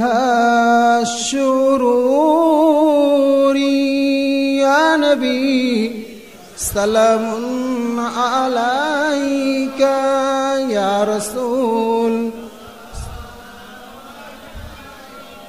يا حبيب سلام عليك صلوات الله عليك أنت شمس أنت بدر أنت نور فوق نوري أنت كثير وغالي أنت مصباح الصدور يا نبي سلام عليك يا رسول سلام عليك يا حبيب سلام عليك صلوات الله عليك জিবরাইল তুলিলেন আওয়াজ, খুলে দাও আসমানের দুয়ার। এসেছেন নবী দিগের সারদার, করিতে মহান আল্লাহর দিদার। ইয়া নবী সালামুন আলাইকা ইয়া রাসূল সালামুন আলাইকা ইয়া হাবিব সালামুন আলাইকা সালাওয়াতুল্লাহি আলাইকা। নবীজির আব্বা আবদুল্লাহ, নবীজির আম্মা আমিনা, নবীজির দুদমা হালিমা, নবীজির সোনার রওজা মদিনা। ইয়া নবী সালামুন আলাইকা ইয়া রাসূল সালামুন আলাইকা ইয়া হাবিব সালামুন আলাইকা সালাওয়াতুল্লাহি আলাইকা। সকলে ইয়া রাব্বি সাল্লাল্লাহু আলাইহি ওয়াসাল্লাম ভেজাই রব মেরে দরুদ ও সালাম पर वजदाई नबी पर अपने मदम बलगल उला बिकमालिही कशफत तुजा बिजमालिही हसनत जमीउ खिसालिही सल्लु अलैहि बारुकी हुसैन पैकेट दुरूद शरीफ अल्लाहुम्मा सल्लि अला सय्यिदिना मौलाना मुहम्मद व अला आले सय्यिदिना।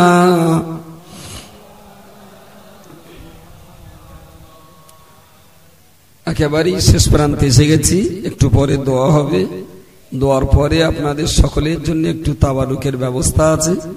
কর্তৃপক্ষ, মসজিদের দায়িত্বে যারা আছেন বা সভা যারা পরিচালনা করছেন, সে সমস্ত ভাইয়েরা আপনাদেরকে বসিয়ে একটু খেদমত করে একগাল খাওয়াবেন। সবাই দয়া করে তাবারুক মনে করে একগাল খাওয়া দাওয়া করে যাবেন। আগের চেয়ে লোক যেন একটু বেড়েছে, এটা কি আমার কারামত নাকি না খিচুড়ির কারামত? হ্যাঁ, সেরকম মনে হচ্ছে যেন আগের চেয়ে যেন একটু বেড়েছে। বাড়ে তো বাড়ুক, আলহামদুলিল্লাহ, আল্লাহ শুকরিয়া। আগে তো বেড়ে, আলহামদুলিল্লাহ। আমার এই 1 ঘন্টা ইচ্ছা করলি না, ওই মা কানা মোহাম্মদুনতে শুরু করে 10 মিনিট দরুদ পড়ে গিয়ে 15 মিনিট কলমা জিকির করে জুত করে চরণ দিতে দিতে 45 মিনিট চরণ দিতে পারি। একেবারে যে গজল টজল জানি না তা তো না, গলা আমার মদ্দা হাসপানা হতেই পারে, কিন্তু বেরেনটা তো আর পাগল হয়ে যায়নি আমি। কিন্তু জানি মানুষের সময়ের মূল্য খুব। এখন দুরূদ শরীফ বাড়ি গিয়ে বালিশে মাথাতে শুয়ে পড়ে নেবে 37 বার। আল্লাহ আল্লাহ করবে, অনেক সময় লেপ মুড়ি দেবে, বেকার ঘুমাসে না, যখন চুপ করতে গেলাম কি আল্লাহ আল্লাহ বলতে বলতে ঘুমাবো। কিন্তু এই রাত্রিবেলা মানুষের রাত জাগিয়ে বসিয়ে রেখে চেষ্টা করি হাদিস কোরআনের 2টো কথা অল্প সময়ের ভিতরে যত বেশি দেওয়া যায়। তা না হলে আমি ইচ্ছা করলে 45 মিনিট ওই গজলে, ওই দরুদ শরীফি আজ জিকিরে আমিও পার করে দিতে পারি, সেটা করি রে। তবে আমি দরুদের পক্ষে, জিকিরের পক্ষে। আমার যা দরুদ জিকিরের দরকার বাড়ি গিয়ে করি, তাই ঘুমাবান। সুতরাং নিরবচ্ছিন্ন ভাবে 1 ঘন্টা ধরে যতটুকু কথা বলেছি এগুলো একটু মাথায় রাখুন, আর সেই মতো জীবনযাপনের চেষ্টা করুন। বাড়িতে প্রত্যেকেই নিজেরা নিজেদের পরিবারটাকে একটু সামলাবার চেষ্টা করুন। পরিবারটা একটা সাংঘাতিক জিনিস, মনে রাখবেন। যদি ব্যক্তি ভালো হয় তাহলে ব্যক্তিকে লক্ষ্য করে একটা পরিবার ভালো হবে। গোটা পরিবারটা যদি ভালো হয় তার উপরে ভিত্তি করে একটা পাড়া ভালো হতে পারে। সেই পাড়াটার উপরে ভিত্তি করে একটা গ্রাম ভালো হতে পারে। সেই গ্রামটারে মডেল করে একটা পঞ্চায়েত বাউন্ডারি ভালো হতে পারে। সেই পঞ্চায়েতটারে মডেল করে একটা মহকুমা, একটা জেলা ভালো হতে পারে। তবে কোনদিনের জন্য সম্ভব নয় ব্যক্তি যদি ভালো না হয়। আমাদের দেশে না কেউ কেউ আছে যে এরা বিরাট হাম্বা করে, আমরা এখানে ইসলামী স্টেট কায়েম করব, আমরা এখানে কোরআনের আইন কায়েম করব। আমি তো কোরআনের আইন যদি কায়েম করে যদি চোরের হাত কাটা হয় তা হোক না, তাতে আমার মত আছে, ওরা করবে। আমি কি করে হবে, তা খানিটা বললে এই করে হবে। কিন্তু আমি ওদের সঙ্গে কথাবার্তা বলে দেখেছি, পুরো একদম কুজো চায় চিত হয়ে সতী, ওরা চায় ভারতে ইসলামী রাজ প্রতিষ্ঠা করতে। কুজোর পক্ষে যেরকম চিত হয়ে সওয়া সম্ভব নয়, ওরগা পক্ষেও তেমন ভারতে ইসলামী আইন প্রতিষ্ঠা করা সম্ভব নয়। কারণ সূত্র ভালো না। আমার সূত্র কি, আমি ব্যক্তিগতভাবে যদি কোরআনের আইনটা ফলো করি তাহলে আমারে দেখে দেখে আমার পরিবারটা ভালো হয়ে যাবে।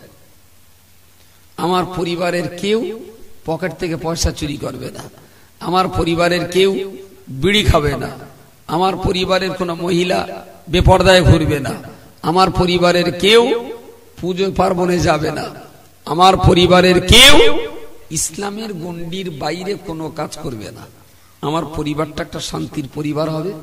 এবার আমার দেখে দেখে আমার আশপাশের চারিধারের মানুষেরা তারা শিখবে।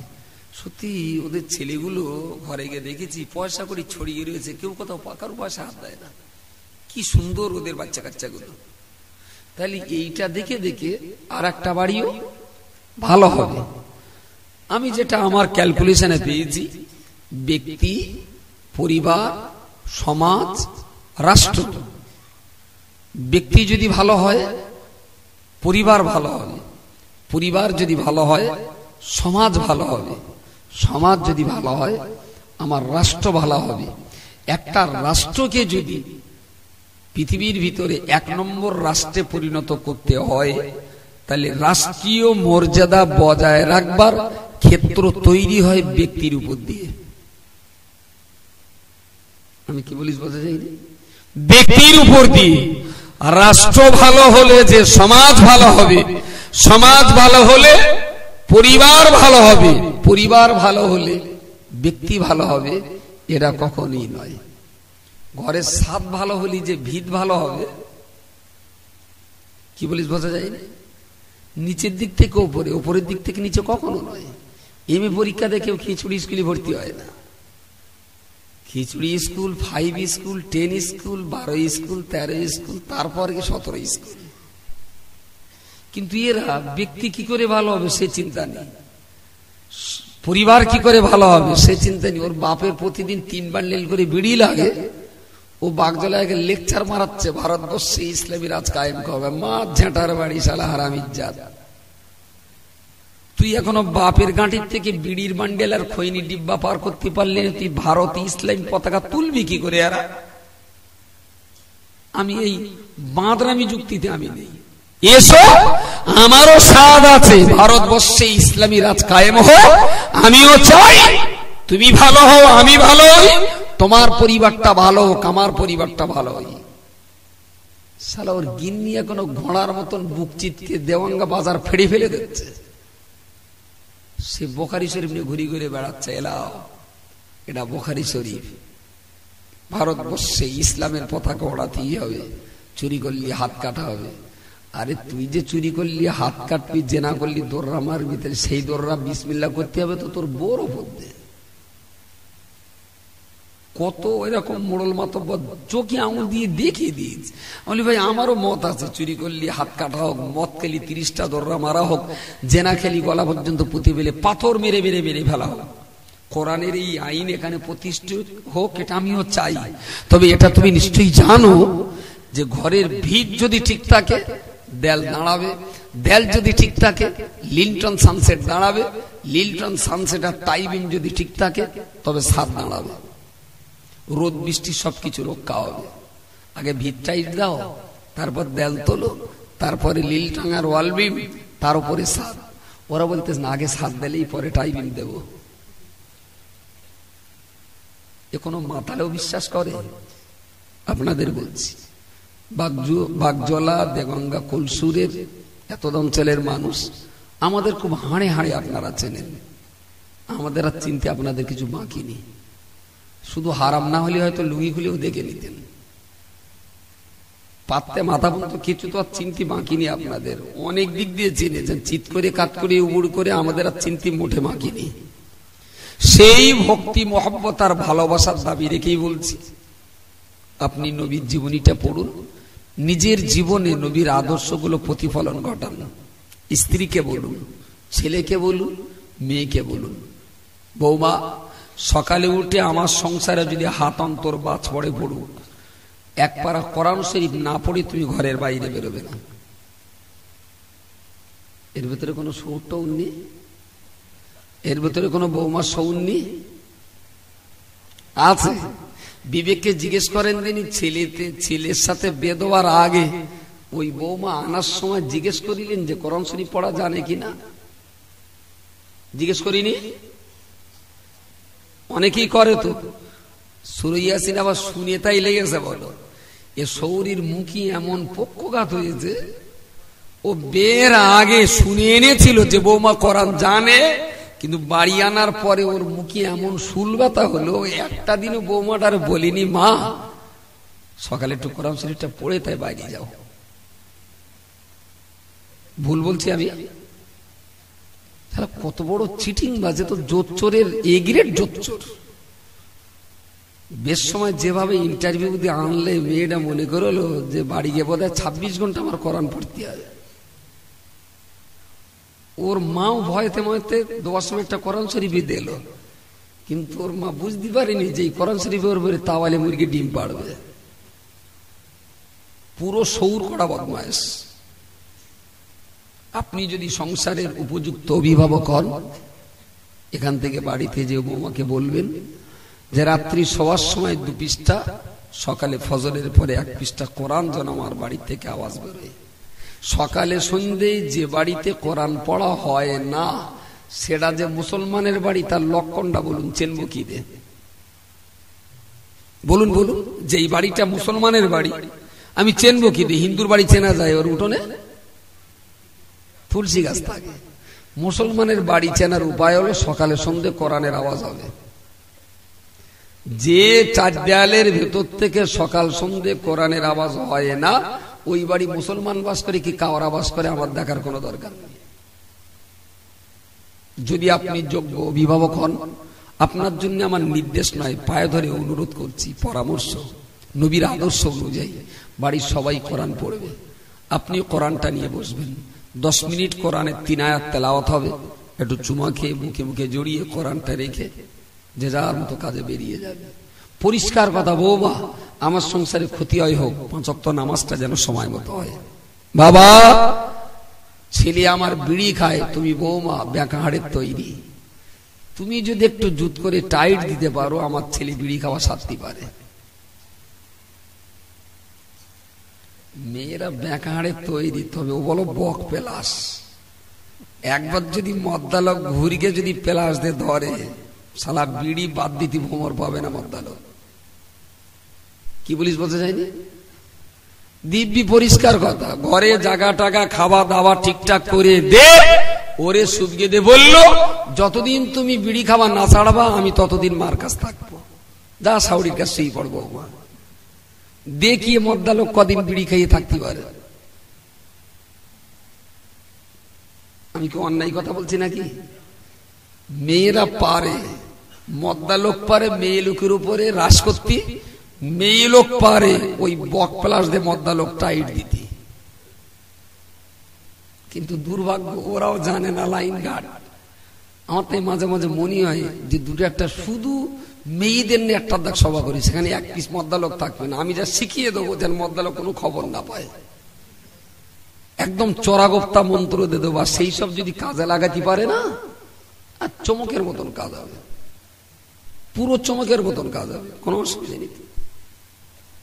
আমি অনুরোধ করছি আবাল বৃদ্ধ বনিতা ভাই বন্ধু বাবাজি মায়েদের বোনেদের বেটিদের, আমিও মুসলমান আপনিও মুসলমান, অযথা আপনাকে গাল দিয়ে আমার কেউ পুরস্কার দেবে না। শুধু সমাজের এই অবক্ষয় রোধ করার জন্য বাচ্চাদের পড়াশোনার ব্যাপারে আপনি যত্ন দিন। প্রাইমারিতে পড়ে, হাই স্কুলে পড়ে, সন্ধ্যাবেলা কোন লজ্জায় আপনি শিখের মোড়ে ওখানে দাঁড়িয়ে দাঁড়িয়ে পড়ে তাসকালা আর ক্যারাম বোর্ড দেখছেন। আপনার বাচ্চা দুটো যদি সন্ধ্যাবেলা আপনি নিয়ে বসতেন, মাস্টারে পড়াবে আপনার বাচ্চা আর আপনি পড়াবেন আপনার বাচ্চা, দুটো কি এক সমান হবে? আপনি তো মূর্খ না, আপনি তো এমএ, আপনার হায়ার সেকেন্ডারি পাস। বাড়ি যে একটু বাচ্চাদের বইগুলো প্রতিদিন খুলে দেখেছেন যে কোচি এতদিন পড়িয়ে পড়িয়ে পড়া এক হচ্ছে না কেন? মাস্টারদার কাছে যদি কৈফিয়ত করেন, হাই স্কুলে যেয়ে যদি বলেন স্যার আমার ছেলে আপনার 6-এ পড়ছে, পড়ার হচ্ছে না কেন, আমি একটু কৈফিয়ত চাই, তবে তো আপনার বাচ্চাটার প্রতি মাস্টারদের লক্ষ্য থাকবে, গড়গড় গড় করে এগিয়ে যাবে। কিন্তু দুর্ভাগ্য, যত মুসলমানের বাচ্চা স্কুলে পড়ে, বাপ আর মা যদি জিজ্ঞেস করি তোমার মেজে ছেলেটা কোন ক্লাসে পড়ে, 8 ঘন্টা মাথা চুলকে তারপর কুতিয়ে মুতিয়ে বলবে বোধহয় 7। ভুল বলছি আমি? অনেক বাপ খবরই রাখে না। তার মানে কার্তিক মাসের মতন হয়ে গেছে যখন থাকি ওই হড়কে হড়কে যাওয়ায় না। আমি এর পক্ষপাতী না। যত নেন ওরাই জাতির ভবিষ্যৎ, ওরা কলসুরের ভবিষ্যৎ, ওরা রাজ্যের ভবিষ্যৎ, ওরা দেশের ভবিষ্যৎ। ওরা যদি চাঙ্গা হয়, আমার কলসুর চাঙ্গা হবে, আমার রাজ্য চাঙ্গা হবে, আমার দেশ চাঙ্গা হবে, আমার ইসলাম তাদের দ্বারাতে চাঙ্গা হবে। আমি মরে যাব, ওরাই তো পৃথিবীতে একদিন মাতব্বরি করবে। শিশুদের শিক্ষার প্রতি যত্ন নিন। আল্লাহ আমাদের সুমতি দিক, বোঝবার মতন তৌফিক দিন। মায়েরা, বোনেরা, বেটিরা যারা আড়ালে আছেন, আপনাদের কাছে আমার পরামর্শ, যা বলার বলেছি, মেহেরবানি করে জীবনে কাজে লাগিয়ে চলার চেষ্টা করবেন। বিসমিল্লাহ শরীফ সহ একবার সূরা ফাতিহা শরীফ, 3 বার সূরা ইখলাস শরীফ, 11 বার দরুদ শরীফ পড়েন। আগামী 25শে জানুয়ারি মারাসাত রবীন্দ্র ভবনে অল ইন্ডিয়া সুন্নাতুল জামাতের পরিচালনায় যে হানাফি কনফারেন্সটার আয়োজন করা হয়েছিল, আলহামদুলিল্লাহ তার কাজকাম সব পাকাপাকি হয়ে আছে। যারা ডেলিগেশন কার্ড সংগ্রহ করেছেন সময় মতো যাবেন। এটা একটা ঐতিহাসিক পদক্ষেপ। হানাফি মুযহাব এবং সিলসিলায়ে ফুরফুরা শরীফের বিরুদ্ধে যত অভিযোগ উঠেছে, প্রত্যেকটা অভিযোগ খণ্ডন করে কোরআন, হাদিস, ইজমা, কিয়াস ভিত্তিক তার উপযুক্ত দলিল প্রমাণ সহই সেদিন উপযুক্ত জবাব দেওয়া হবে। যারা ডেলিগেশন সংগ্রহ করেননি তাদের কাছে ক্ষমা স্বীকার করছি, ক্ষমা চাচ্ছি। কারণ জায়গা আমাদের খুবই কম, তার জন্য সবাইকে নিয়ে যেতে পারিনি। খরচটাও তো কম না, একজন যেতে গেলে 300 টাকা খরচ। তবু আল্লাহ শুকরিয়া, ডেলিগেশনের প্রচুর ক্রাইসিস, বহু মানুষ চেয়েছে, দিতে পারিনি। যারা পেয়েছেন, যদি কোনো কারণবশত বাই চান্স যদি আপনি নাও যেতে পারেন, ওই ডেলিগেশনটা দিয়ে অন্য কাউকে পাঠাবেন, কোনো অসুবিধা নেই। যার নামে নেওয়া, সে ছাড়া অন্য কেউ যে যেতে পারবে না এমন কোনো ব্যাপার নয়, যেতে পারবেন। প্লাস যারা যেতে পাচ্ছেন না তাদের কাছে ক্ষমা চাচ্ছি। তবে প্রোগ্রামে যাই হবে, উত্তরগুলো নিশ্চয়ই তার উপযুক্ত সমস্ত তথ্য আপনারা পরে রেকর্ডের মাধ্যমে জানতেও পারবেন। ওয়েবসাইটের মধ্য দিয়েও আপনারা তা যে কোনো ইন্টারনেট থেকে ডাউনলোড করেও শুনতে পারবেন। পাশাপাশি বঙ্গনূর পত্রিকাটা একটা ইসলামী পত্রিকা। সিলসিলায়ে ফুরফুরা শরীফের বাংলা ভাষার একমাত্র মুখপত্র বঙ্গনূর। ফুরফুরা সিলসিলার অন্য কোনো আর পত্র পত্রিকা কিচ্ছু নেই, শুধু এইটাই আছে। গত 13 বছর ধরে টিম টিম করে চলছে। ওর পিছনে আমি কিছু কম হলেও অন্তত 19 লক্ষ টাকা ডুবিয়েছি। কিসের জন্য? রাতের পর রাত, দিনের পর দিন চেঁচিয়েও যতটা কাজ না হয়, তার চাইতে ভালো কাজ হয় 8 ঘন্টার কলমের খোঁচায়। কারণ আমি যদি 30 দিন বক্তৃতা করি, আমার 30 দিনের বক্তৃতা ধরিয়ে নিলাম, গড়পড়তায় 40,000 লোক শুনল। কিন্তু 30 দিন তো আর একই কথা গুছিয়ে বলতে পারি না। কোন দিন যে কি মুখ দিয়ে বেরোবো সে আল্লাহ মালিক, তিনিই ভালো জানেন। এখানে পড়তেছে আদা, বসিরহাট পড়তেছে রসুন, হাওড়ায় পড়তেছে তেজপাতা, হুগলি জেলায় গিয়ে পড়তে সর্ষের তেল, ঘোড়ার ডিম তরকারি, কোনো মতেই টেস্টফুল হচ্ছে না। কি বলিস বোঝা যায়? ঠিক এই জায়গাটায় যদি টানা 30 দিন প্রতিদিন যদি ওয়াজ করতে পারতাম, তাহলে একেবারে সর্ষের তেল দিয়ে গরম করে পেঁয়াজ দিয়ে পুড়িয়ে যাবে, তারপরে একটু আদা দে, তারপরে একটু রসুন দিয়ে, হলদির গুঁড়ো আর ঝালের গুঁড়ো দিয়ে এবার গোস্ত ছেড়ে দেবো, তবে তো মজা লাগবে। আমরা তো ওয়াজ করতিস ঘুরিয়ে ঘুরিয়ে, এখানে তেল পড়তে তার 50 গ্রাম দূরে গিয়ে ঝাল দিচ্ছে, তার আবার 30 মাইল দূরে গিয়ে পেঁয়াজ দিচ্ছে, ওতে কোনোদিন তরকারি মজা হয়? কিন্তু বঙ্গনূর পত্রিকাটাকে ধারাবাহিক ভাবে ইসলামটাকে মানুষের সামনে তুলে ধরবার একটা বড় মাধ্যম এটা। সেই জন্য আপনাদের কোনো প্রশ্ন যদি থাকে, তার উত্তরও জানার একটা মাধ্যম হলো বঙ্গনূর। প্রত্যেকটা ভাইকে বলছি, প্রতিটি পরিবারকে বলছি, যদি বাড়িতে একটা কাগজ থাকে, ইসলামকে জানা বোঝা করার জন্য আপনার যাবতীয় প্রশ্নের উত্তর দেওয়ার দায়বদ্ধতা আমাদের। ইসলাম সম্পর্কিত যাবতীয় প্রশ্নের উত্তর। তবে যদি প্রশ্ন করেন আমার বাপ নেই, লোক না হলে মদ্দা লোক হলো কেন, আমি এর উত্তর দিতে পারবো না। কার কুটকুটি বেরিয়ে না বললো যে যাবতীয় প্রশ্নের উত্তর, এটাই বা বলতে পারবে না কেন? পাকামিটা বাদ দিলি, যদি জ্ঞান অর্জনের জন্য চাহিদা হয়, পিপাসা মেটাতে পারবো। যদি আতখারা মাছ আর আতখারা পোঙা পাকাবো হয়, আমি মাছ বাঁচতে পারি, তা পোঙা পাকাবো তো বাঁচতে পারি না। আমার বটিতে মাছ বাঁচা যায়, পোঙা পাকাবো বাঁচা যায় না। অ্যাকচুয়াল যদি জ্ঞান অর্জনের ইচ্ছা থাকে, আপনার যাবতীয় ইসলামী প্রশ্নের জবাব আমরা দিতে বদ্ধপরিকর। সেগুলো লিখে দেবেন, টেলিফোনেও বলে দেবেন। আর বাচ্চা, মেয়ে, ছেলে, ভাই, বোন, বাবাজি সবাই মিলে যদি পত্রিকাটা পড়েন, আমার বিশ্বাস যাদের ভিতরে ইসলামের টান আছে, ইসলামের টানটা যাদের ভিতরে আছে, বঙ্গবন্ধু তাদের ভালো লাগবে। আর যদি বঙ্গবন্ধুর ভালো না লাগে তাহলে আমার কিছু করার নেই, আর বলারও নেই। তবে এইটা হয়তো আমার বুঝতে পারবো যে ওরা সাপে কেমড়ে রেখেছে, সেই জন্য মধু গিলতে পারতেছে না। কেউটি সাপে কামড়ালি সে কখনো মধু খাতি পারে? গালে দিলে বমি করবে, তিতো লাগে তার গালে। এই ছাড়া আমার কিছু বলারও নেই। কাগজ রয়েছে, কাগজ রয়েছে, যারা নিয়মিত পড়েন তাদের নেওয়ার দরকার নেই। যারা নিয়মিত পড়েন না তাদেরকে বলছি 3টে করে টাকা দে, একটা করে কাগজ নিয়ে পড়িয়ে দেখেন, আজকে কালকে পরশু 1 সপ্তাহ পড়িয়ে দেখেন। যদি মনে হয় লাভ হয়নি, সামনে শুক্রবারের দিন হাবেস ফেরত দেবেন, 3 টাকা দিয়ে কিনবেন, আর শুক্রবারে ফিরকে দিলে হুদারে বলে দিচ্ছ 5 টাকা দিয়ে দেবে, আপনাদের 2 টাকা লাভ হবে। কি বলিস এখানে বসে বলছি, 3 টাকা দিয়ে কিনবেন, 1 সপ্তাহ পড়ে যদি মনে করেন লাভ হয়নি, হুদার কাগজটা ফিরকে দেবেন, ও আপনার 5 টাকা দিয়ে দেবে। অন্তত একটুখানি চেয়ে দেখেন কাগজটা কি। যাদের বাড়িতে আছে তাদের নেওয়ার দরকার নেই। শেষ কথা বলছি, আচ্ছা আজকের এই জলসায় প্রথমে আব্বা বক্তৃতা করেছেন, তার আগে কেরাত গজল হয়েছে, ইসমাইল সাহেব কিছু বলেছেন, আর আমি হতচ্ছাড়া আমি কিছু কথা বলেছি। আচ্ছা আজকে সবার শুরু থেকে এই পর্যন্ত ক্ষতি হয়েছে কার? ভাই আপনাদের কারোর ক্ষতি হয়েছে কার একটু বলবেন? হ্যালো হ্যালো, আমার দিকে তাকান, কাগজ যাবেন আপনার গালের কাছে। আমাদের এই 3 জন বক্তার বক্তৃতা শুনে আপনাদের ক্ষতি হয়েছে কার? কারুর ক্ষতি হয়েছে? কিছু লাভ হয়েছে? লাভ লাভ লাভ যদি হয়ে থাকে, আমার তো মনে হয় এইভাবে সভা সমিতি দিয়ে পয়সা তসরুপ না করা ভালো। এই জেনারেটর, প্যান্ডেল, খাওয়া দাওয়া, মাইক,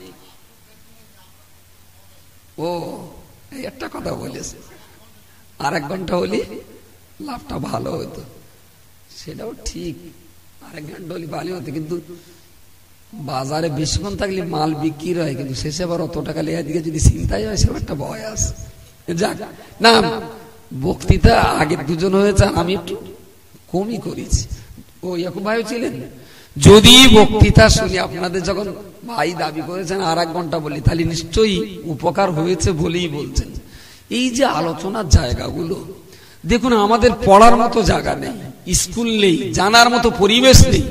এই জায়গাগুলোতে বসি বলেই আপনার একটু খিদে থাকে, আমার একটু দেওয়ার থাকে, নিজেদের ভিতরে আদান প্রদান করে ইসলামের কিছুটা উৎসাহ উদ্দীপনা বাড়ে। কিছু মানুষ নাকি আছে এইরকম, তারা ঠিক সভা সমিতিতে চাঁদা দিতে চায় না। এটা খুব আফসোস, এটা কষ্টের, এটা খুবই কষ্টের, এটা খুবই দুঃখজনক। আপনাদেরকে বলছি, এই মজলিসটা যেভাবে কায়েম হয়েছে, প্রতি বছর যাতে মজলিসটা এখানে চালানো যায়, প্রত্যেকটা ভাই বন্ধু বাবাজিদের বলছি, আপনার সাধ্য মতো এখানে কিছু দেবেন। আরে বাড়িতে যদি দুপুরবেলা আচমকা 2টো লোক আসে, তারও তো একটু খাওয়া দিতে হয়, মানুষ হিসাবে তো এটা করতে হয়। তো এই গ্রামের মানুষ এক জায়গায় হবে, পাশের 2টো গ্রামের মানুষ এখানে আসবে, ওদের একটু চালটা রান্না করে খাওয়া দেবো, একটু মেহমানদারি করবো, এতে দিলে কোনো ক্ষতি হয় না। এতটা মানুষ 2টো কথা শুনবে, আলাপ আলোচনা হবে, তাতে 10টা টাকা চাঁদা দেবেন। এইগুলো, এই কাজগুলো একটু করতে হয়, এগুলো করবেন, এটা আমার অনুরোধ। কিছু কিছু মানুষ আছেন নাকি তারা মোটে চাঁদা দিতে চান না, সব ভালো, সবাই চাঁদা দেয় না। আমি তাদেরকে বলছি, ভাই সবাই চাঁদা আপনি যদি না দেন, এটা ধর্মের ব্যাপার, তো জোর করে আমি নিতে পারবো না, কারণ জোর করে নিলে ধর্ম হবে না, ও পুজো হয়ে যাবে। ওখানে সব গুন্ডা সালামের মতো আদায় করে, আমরা আবার এখন জোর করে আদায় করব না। তবে যাদের দেবার ক্ষমতা আছে, তারা যদি এই জায়গাগুলোতে পয়সা না দেয়, আপনি হিসেব করে রাখবেন, ঠিক আজকের তারিখ থেকে সামনে বছরের আবার সভা আসার আগের দিন পর্যন্ত এখানে দিলে হয়তো 200 টাকা 500 টাকা দিত, দেবার ক্ষমতা আছে। এই টাকাটা যদি এখানে না দেয়, তাহলে সে তৈরি থাক, যে টাকাটা এখানে দিত দেইনি, এবার ওর 10 গুণ টাকা দেগঙ্গার বিতান ডাক্তারের দিয়ে আসতে হবে 1 বছরের ভেতরে। আমি কি বলিস বোঝা যায় না? আমি এখানে হাত পেতে বলতিস দাও, আর এখান থেকে টাকা নে দেগঙ্গায় গিয়ে ডাক্তারের পকেটে গুজে দেবে। ডাক্তার আল্লাহর কিরে খোদার কিরে আমার 4টি বস্তা নেই, একটা বউ, কলেরা টঙ্কার হচ্ছে যেন মরে না যায়, একটু ভালো করে দেখো। তুই লিখে রাখ আমার নাম করে, আমি আব্দুল মাতিন বলছি। ধর্মের পিছনে চাওয়ার পরে কেউ যদি সেখানে না দেয়, তার ক্ষমতা আছে, যোগ্যতা আছে, সে যদি না দেয়, এ পয়সা ডাক্তারের পকেটে গুজে দিতে হবে, আরো নমস্কার করতে হবে। আজকে বলে যাচ্ছি তো, আর এখানে পরীক্ষা বলে যাচ্ছে। আর 1 বছর আপনারা আমার কথাটা মিলিয়ে নেবেন। যদি ওলট পালটা সামনে বছর এখানে এসে উদ্বোস করব। জীবনে বহু মানুষ চড়িয়েছি আমি, সামনে দাঁড়িয়ে আর এমনি এমনি সাদা হচ্ছে না, কি চুল লেগেছে তাই সাদা হচ্ছে, দড়িয়ে দড়িয়ে সাদা হচ্ছে। সামনে বছরের এই সভাটা দেওয়া হবে, এই সভা ফের দেওয়া হবে, অন্য খরচ না। শুধু আমার আলোচনাটা মানুষ কতটা গিলে অন্তত একটুখানি বেলারটা টেস্ট করে নেই, পজিটিভ কি নেগেটিভ। সামনে বছরে এই সভাটা হবে। চাল লাগে কতটা? 60 কিলো চাল লাগে। 60 কিলো চাল দিতে হবে। একজন দেবে না দুজন দেবে? একজন দেবে? কেডা দেবে? কেডা কেডা? একজনক, দুজনক, তিনজনক ভাগ করে দেন। যদি বলেন অল্প অল্প দেবো, সে বলতে পারে আলু কতটা? আলু কতটা? 60 কেজি। 60 কেজি চাল, 60 কেজি আলু, বোধহয় কেজি 12 ডাল, কেজি আসতে সর্ষের তেল, 500 আদা, 1.5 কেজি রসুন, এরকম একটা লাগবে আর কি, কম বেশি। এই যা আছেন, কত মিনিট সময় দেবো? আমার চাঁদা তুলতে বলিনি, শুধু এইটা বলেছে যে লোক চাঁদা দিতে চায় না। ওই চেয়ে চিনতে হয়, কোন রকমের দেয় 10 টাকা 11 বার হাঁটতে হয়, এরম ভাব আর কি।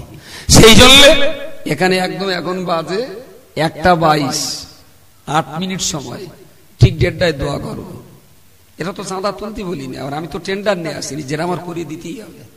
শুধুমাত্র বুধবার এবং সামনে বছরের জলসাটা যেন হয়, তার জন্য বলছি।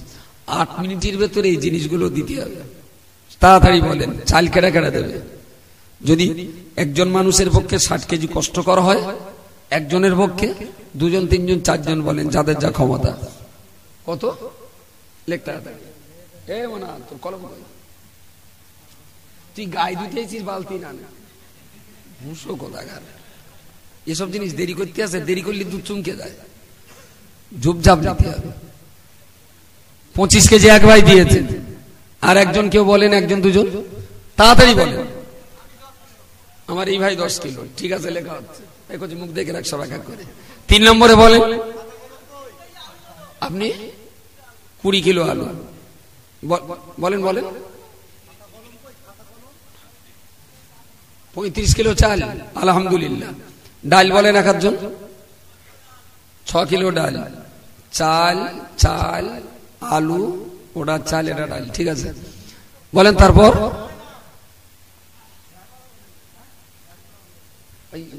মাস্টার ভাই একটু উপরে আসেন, উপরে মুখ না দেখলে লিখতে অসুবিধা।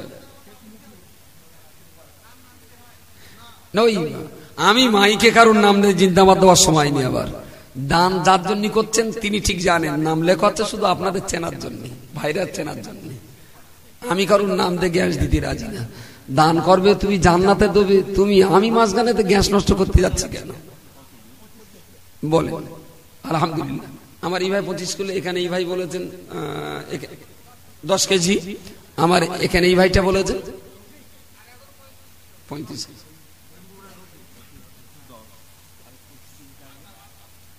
আচ্ছা, চাল ওখানে ডাল কত? 6 কিলো ডাল। সাজা বাদশা সাজানো গোস না দিলি মালায়। আরেকজন 20 কেজি আলু, কে? ও আমাদের বাবলু ভাই 20 কেজি আলু। ও হ্যাঁ, এই ভাই, হ্যাঁ আপনি, আলহামদুলিল্লাহ। আপনার নাম? সিরাজ। সিরাজ ভাই 20 কেজি গোস্ত, আলহামদুলিল্লাহ। চাল, চাল কতটা হয়েছে? 65 কিলো, আলহামদুলিল্লাহ। আলু একটুখানি লাগবে, আলু 20 কেজি হয়েছে বোধ হয়। 20 কেজি, 60 কেজি আলু দরকার, 48 কেজি। বলেন, বলেন তাড়াতাড়ি বলেন।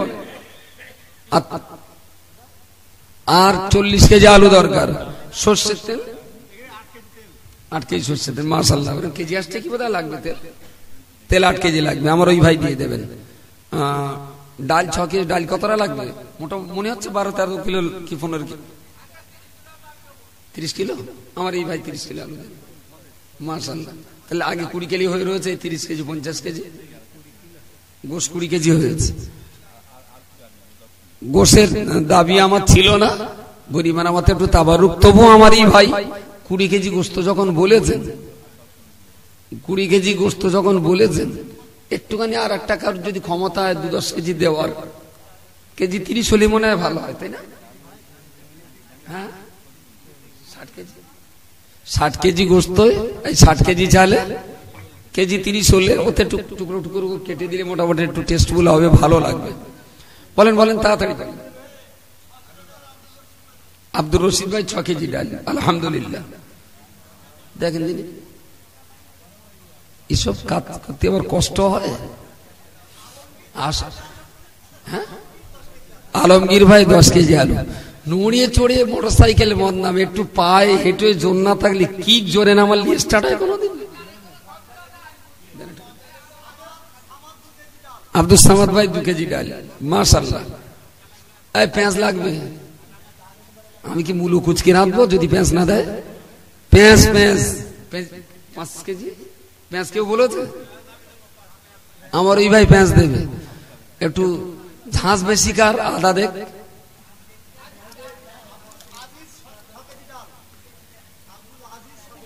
ছ কেজি ডাল আমারই ভাই দেবেন, পেঁয়াজ আমারই ভাই দেবেন, আমারই ভাই পেঁয়াজ দেবেন, এই ভাইটা আলহামদুলিল্লাহ।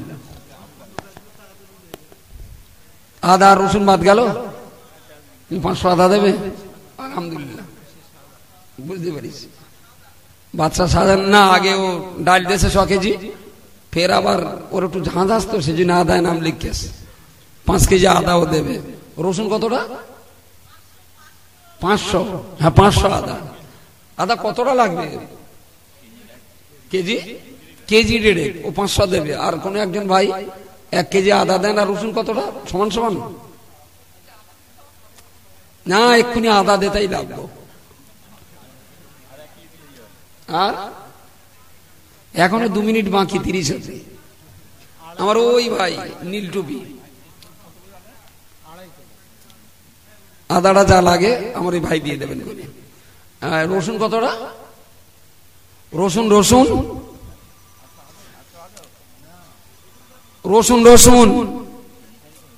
শিগগিরি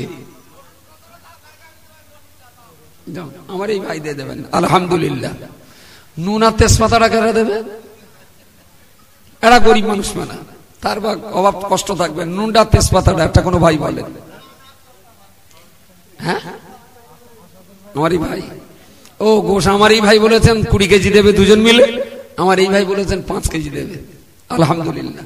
25 কেজি হয়ে গেছে, শুকরিয়া আল্লাহ।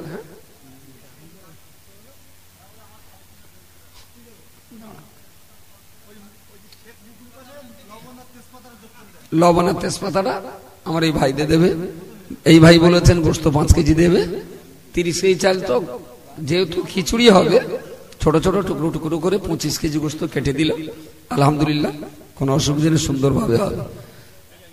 এই যে সুন্দরভাবে একটা স্বপ্ন দেখা হলো, জন যুবক ছেলেরা আছে, লিস্টটা ধরিয়ে দিলেন, ওরা একটু অক্সিজেন পাবে। সামনে বছর মজলিসটা যাতে কায়েম হয়, তার জন্য ওরা একটা অক্সিজেন পাবে প্রতি বছর। এখনো মশলা কি ছোট এলাচ আর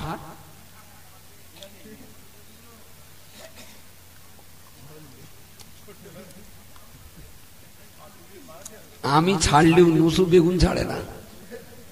ছোট এলাচ, হলদি, জিরে মরিচ, ওর কলজে ভ্যাপসা যা লাগে এগুলো সব দিতে হবে একজনের। ছোট এলাচ, জিরে মরিচ, হলুদ, আর কি? আলহামদুলিল্লাহ। বলেন বলেন বলেন, হলদিটা কেদা দেবে? হলদি আর কি বললাম? জিরে মরিচ, আর কি? কি ছোট এলাচ কেডা? ও আমার ওই ভাই পেঁয়াজ রসুন আদা সর্ষের তেল নুন তেজপাত বাদ দে, যা লাগে আমার ভাই দিয়ে দেবে। ওর পাশে লিখে দেন ইত্যাদি ইত্যাদি। আলহামদুলিল্লাহ, একটু জোরে তাকবীর দেন। নারে তাকবীর, নারে তাকবীর। আলহামদুলিল্লাহ। আগামী বছরে মজলিস হবে। এরা আবার চুল করছে বলতে খাওয়ার পাতা কলা পাতা কেটে আসবেন বাড়িতে। সামনে বছরে মজলিস হবে আলহামদুলিল্লাহ, স্বতঃস্ফূর্ত ভাবে করবেন। আর বইটা যেটা আমি পড়তে বলেছি দয়া করে একটু পড়বেন সবাই। এখনই দোয়া হবে, মেহমানদারি হবে। যারা বাইরে দূরে দারাজে আছেন সবাই দোয়ায় শরীক হবেন। দুরূদ শরীফ আল্লাহুম্মা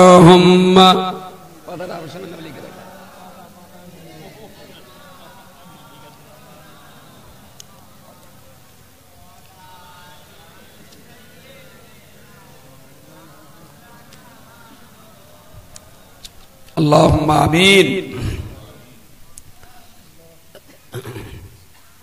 اللهم انت السلام ومنك السلام اليك يريء السلام حينا ربنا بالسلام وادخلنا الجنه دارك دار السلام تبارك ربنا وتعاليت يا ذا الجلال والاكرام رب العالمين। আল্লাহ, এই রাতের মধ্যভাগ পার করে এতটা মানুষ সম্মিলিত হবে আপনার শাহী দরবারে দুটো করে খালি হাত তুলেছি। আল্লাহ আল্লাহ, পৃথিবীর কোন পার্থক্য সম্পদের লোভ লালসায় নয়, শুধুমাত্র আপনাকে পাওয়ার জন্য, আপনার হাবিবকে পাওয়ার নেশায় পাগল হয়ে এই রাতের ঠান্ডাকে উপেক্ষা করে মানুষ এখানে বসে থাকে। আল্লাহ, আমাদের সকলের আশা এবং বসা, বক্তৃতা করা এবং শোনা সবটুকুকেই আপনি কবুল করুন। আল্লাহ, যারা বহুত কষ্ট করে মাথার ঘাম পায়ে ফেলা, রক্ত পানি করা, পয়সা দিয়ে এই মজলিসটা কায়েম করেছেন, তাদের সকলের ছোট বড় দানকে আপনি কবুল করুন। সার্বিকভাবে যে সওয়াব আপনি নসিব করেন, আল্লাহ সওয়াবটুকু আমাদের ইহকাল এবং পরকালের একমাত্র রাহাবার এবং দিশারি প্রিয় নবী মুহাম্মদুর রাসূলুল্লাহ সাল্লাল্লাহু আলাইহি ওয়াসাল্লামের দরবার শরীফে পৌঁছে দিন। তার একান্ত প্রিয়জন সহযোগী সাহাবীগণ, পৃথিবীর সমস্ত নবী এবং রাসূলগণ, ইসলাম ধর্ম প্রচারকগণ, ইসলামের গবেষকগণ, কোরআনের হাফেজ মাওলানা মুফতি, মসজিদের ইমাম এবং মুয়াজ্জিন, তাম দুনিয়া জুড়ে পৃথিবীর শুরু থেকে নিয়ে আজ পর্যন্ত যত মানুষ ইসলামের খেদমত করেছিলেন, আল্লাহ তাদের সকলের রূপে সওয়াব পৌঁছে দিন। খাস করে আল্লাহ, আমাদের দেশে আমাদের দুয়ারে দুয়ারে যারা কোরআন প্রচার করে শোনাতেন, যারা আমাদেরকে নামাজ শিখিয়েছিলেন, রোজা শিখিয়েছেন, যারা আমাদেরকে আপনার পাক কালাম শিখিয়েছেন, আমাদের দেশস্থ পীরানে তরিকত বুজুর্গানে দ্বীন, ওলিয়ে কামেল, আবদাল, সুফি, দরবেশগণ, আল্লাহ তাদের সকলের সওয়াব পৌঁছে দিন। সর্বোপরি আমাদের আব্বা আম্মা, ছেলে মেয়ে, ভাই বোন, শ্বশুর শাশুড়ি, পীর ওস্তাদ, পিতা মাতা, আল্লাহ যারা ইমানের সাথে কবরবাসী হয়েছেন, প্রত্যেকের কবরে সওয়াব পৌঁছে দিয়ে তাদের কবরগুলোকে নূরুন আলা নূর বানিয়ে দিন, তাঙ্গে গোরকে কুশাদা করে দিন, রওদাতুম মির রিয়াদিল জান্নাহ বানিয়ে দিন। ইয়া আল্লাহ, পৃথিবীতে জন্ম নিলে মরে যেতে হয়, এটা অত্যন্ত স্বাভাবিক কথা। সেই স্বাভাবিকের পথেই আমরা আস্তে আস্তে এগিয়ে যাচ্ছি। পৃথিবীর কোন দিন কোন মুহূর্তে আমাদের মৃত্যুর ডাক আসবে জানি না, তবে আপনার কাছে দাবি একটা পুত পবিত্র জায়গায় ইমান ইসলামের খেদমতে রত থাকা অবস্থায় ইমানের কলমাটা পড়িয়ে দিয়ে সজ্ঞানে আমাদের মৌতটা নসিব করবেন। আল্লাহ, মরে আমাদের যেতেই হবে, আমরা কেউ পৃথিবীতে বাঁচতে পারবো না। তবে আল্লাহ, মরণটা যদি ইমানি মরণ হয় তাহলে আমাদের জীবন সার্থক হবে। আর যদি মৃত্যুর বিছানায় জবান দিয়ে যদি কলমা উচ্চারণ না হয়, তাহলে আমাদের মানব জীবন 16 আনাই ব্যর্থ হয়ে যাবে। আল্লাহ, এটাই জীবনের সবচেয়ে কঠিনতম মুহূর্ত। একদিকে মৃত্যুর জাকান্দানি, আর একদিকে শয়তানের কঠিন প্রতারণা, তার উপরে পানির পিপাসার কষ্ট। ঠিক সেই মুহূর্তে ইমানটুকু বাঁচিয়ে নেওয়া, আল্লাহ আমাদের এলেম, আমাদের শক্তি, আমাদের হিম্মত দিয়ে আমরা ইমান বাঁচাতে ব্যর্থ হব। আল্লাহ আমরা চাচ্ছি আপনার রহমত আর আপনার করুণা। আমরা আপনার নাম উচ্চারণ করতে করতে মৃত্যুবরণ করতে চাই। আল্লাহ শয়তান যেন আমাদের জবান থেকে আমরা নামটা কেড়ে নিতে না পারে। আল্লাহ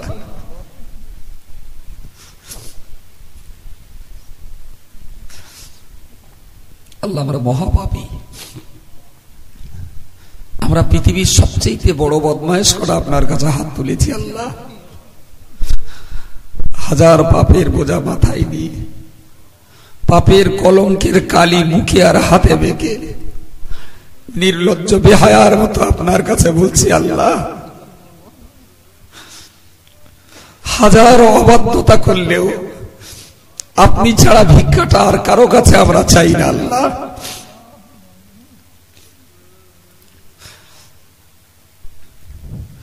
রব্বুল আলামিন, আল্লাহ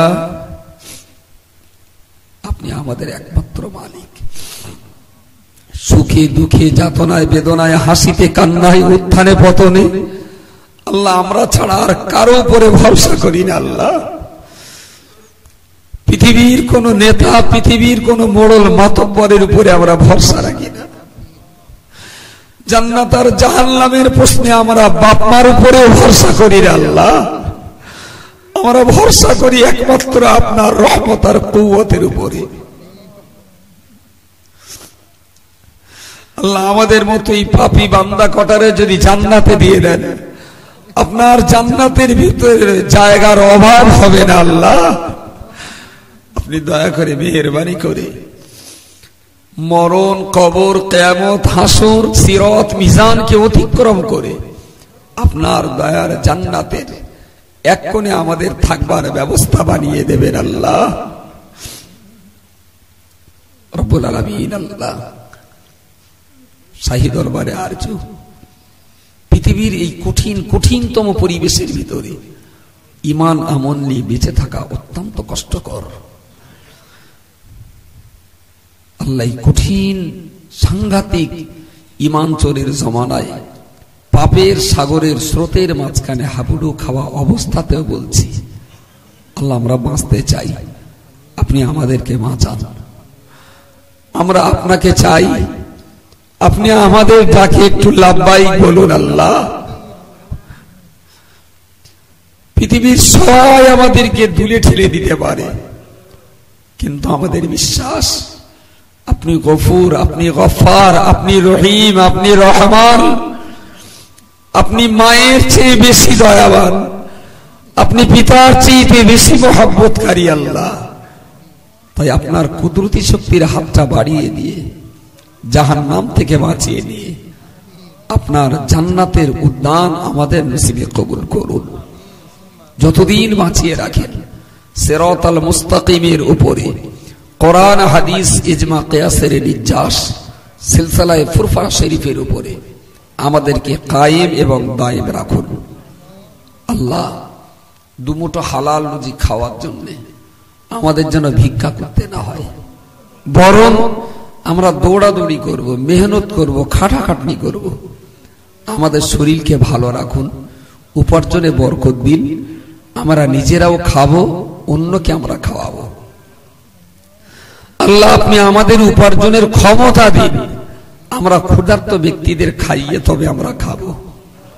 আমরা না খেটে বাড়িতে বসে ভিক্ষা করে খাওয়া পছন্দ করি না। রব্বুল আলামিন ইলমে দ্বীনের অভাব যেখানে আছে ঘাটতিগুলোকে পূরণ করে দিন। সন্তান সন্ততিগুলোকে পিতামাতার আনুগত্যশীল ছেলে মেয়ে বানিয়ে দিন। বাপ মা দিগকে সন্তানের প্রতি কর্তব্য পরায়ণ পিতামাতা হিসাবে প্রতিষ্ঠিত করে দিন। সুবহানাকা লা ইলমা লানা ইল্লা মা আল্লামতানা ইন্নাকা আনতাল আলিমুল হাকীম। আল্লাহুম্মা আইজ্জিল ইসলাম ওয়াল মুসলিমিন ওয়া খুযুলিল কাফারাতা ওয়াল মুবতাদিআতা ওয়াল মুশরিকিন ওয়া আখির দাওয়ানা আনিল হামদুলিল্লাহি রাব্বিল আলামিন। برحمتك يا أرحم الراحمين بحق لا إله إلا الله محمد رسول الله. السلام عليكم.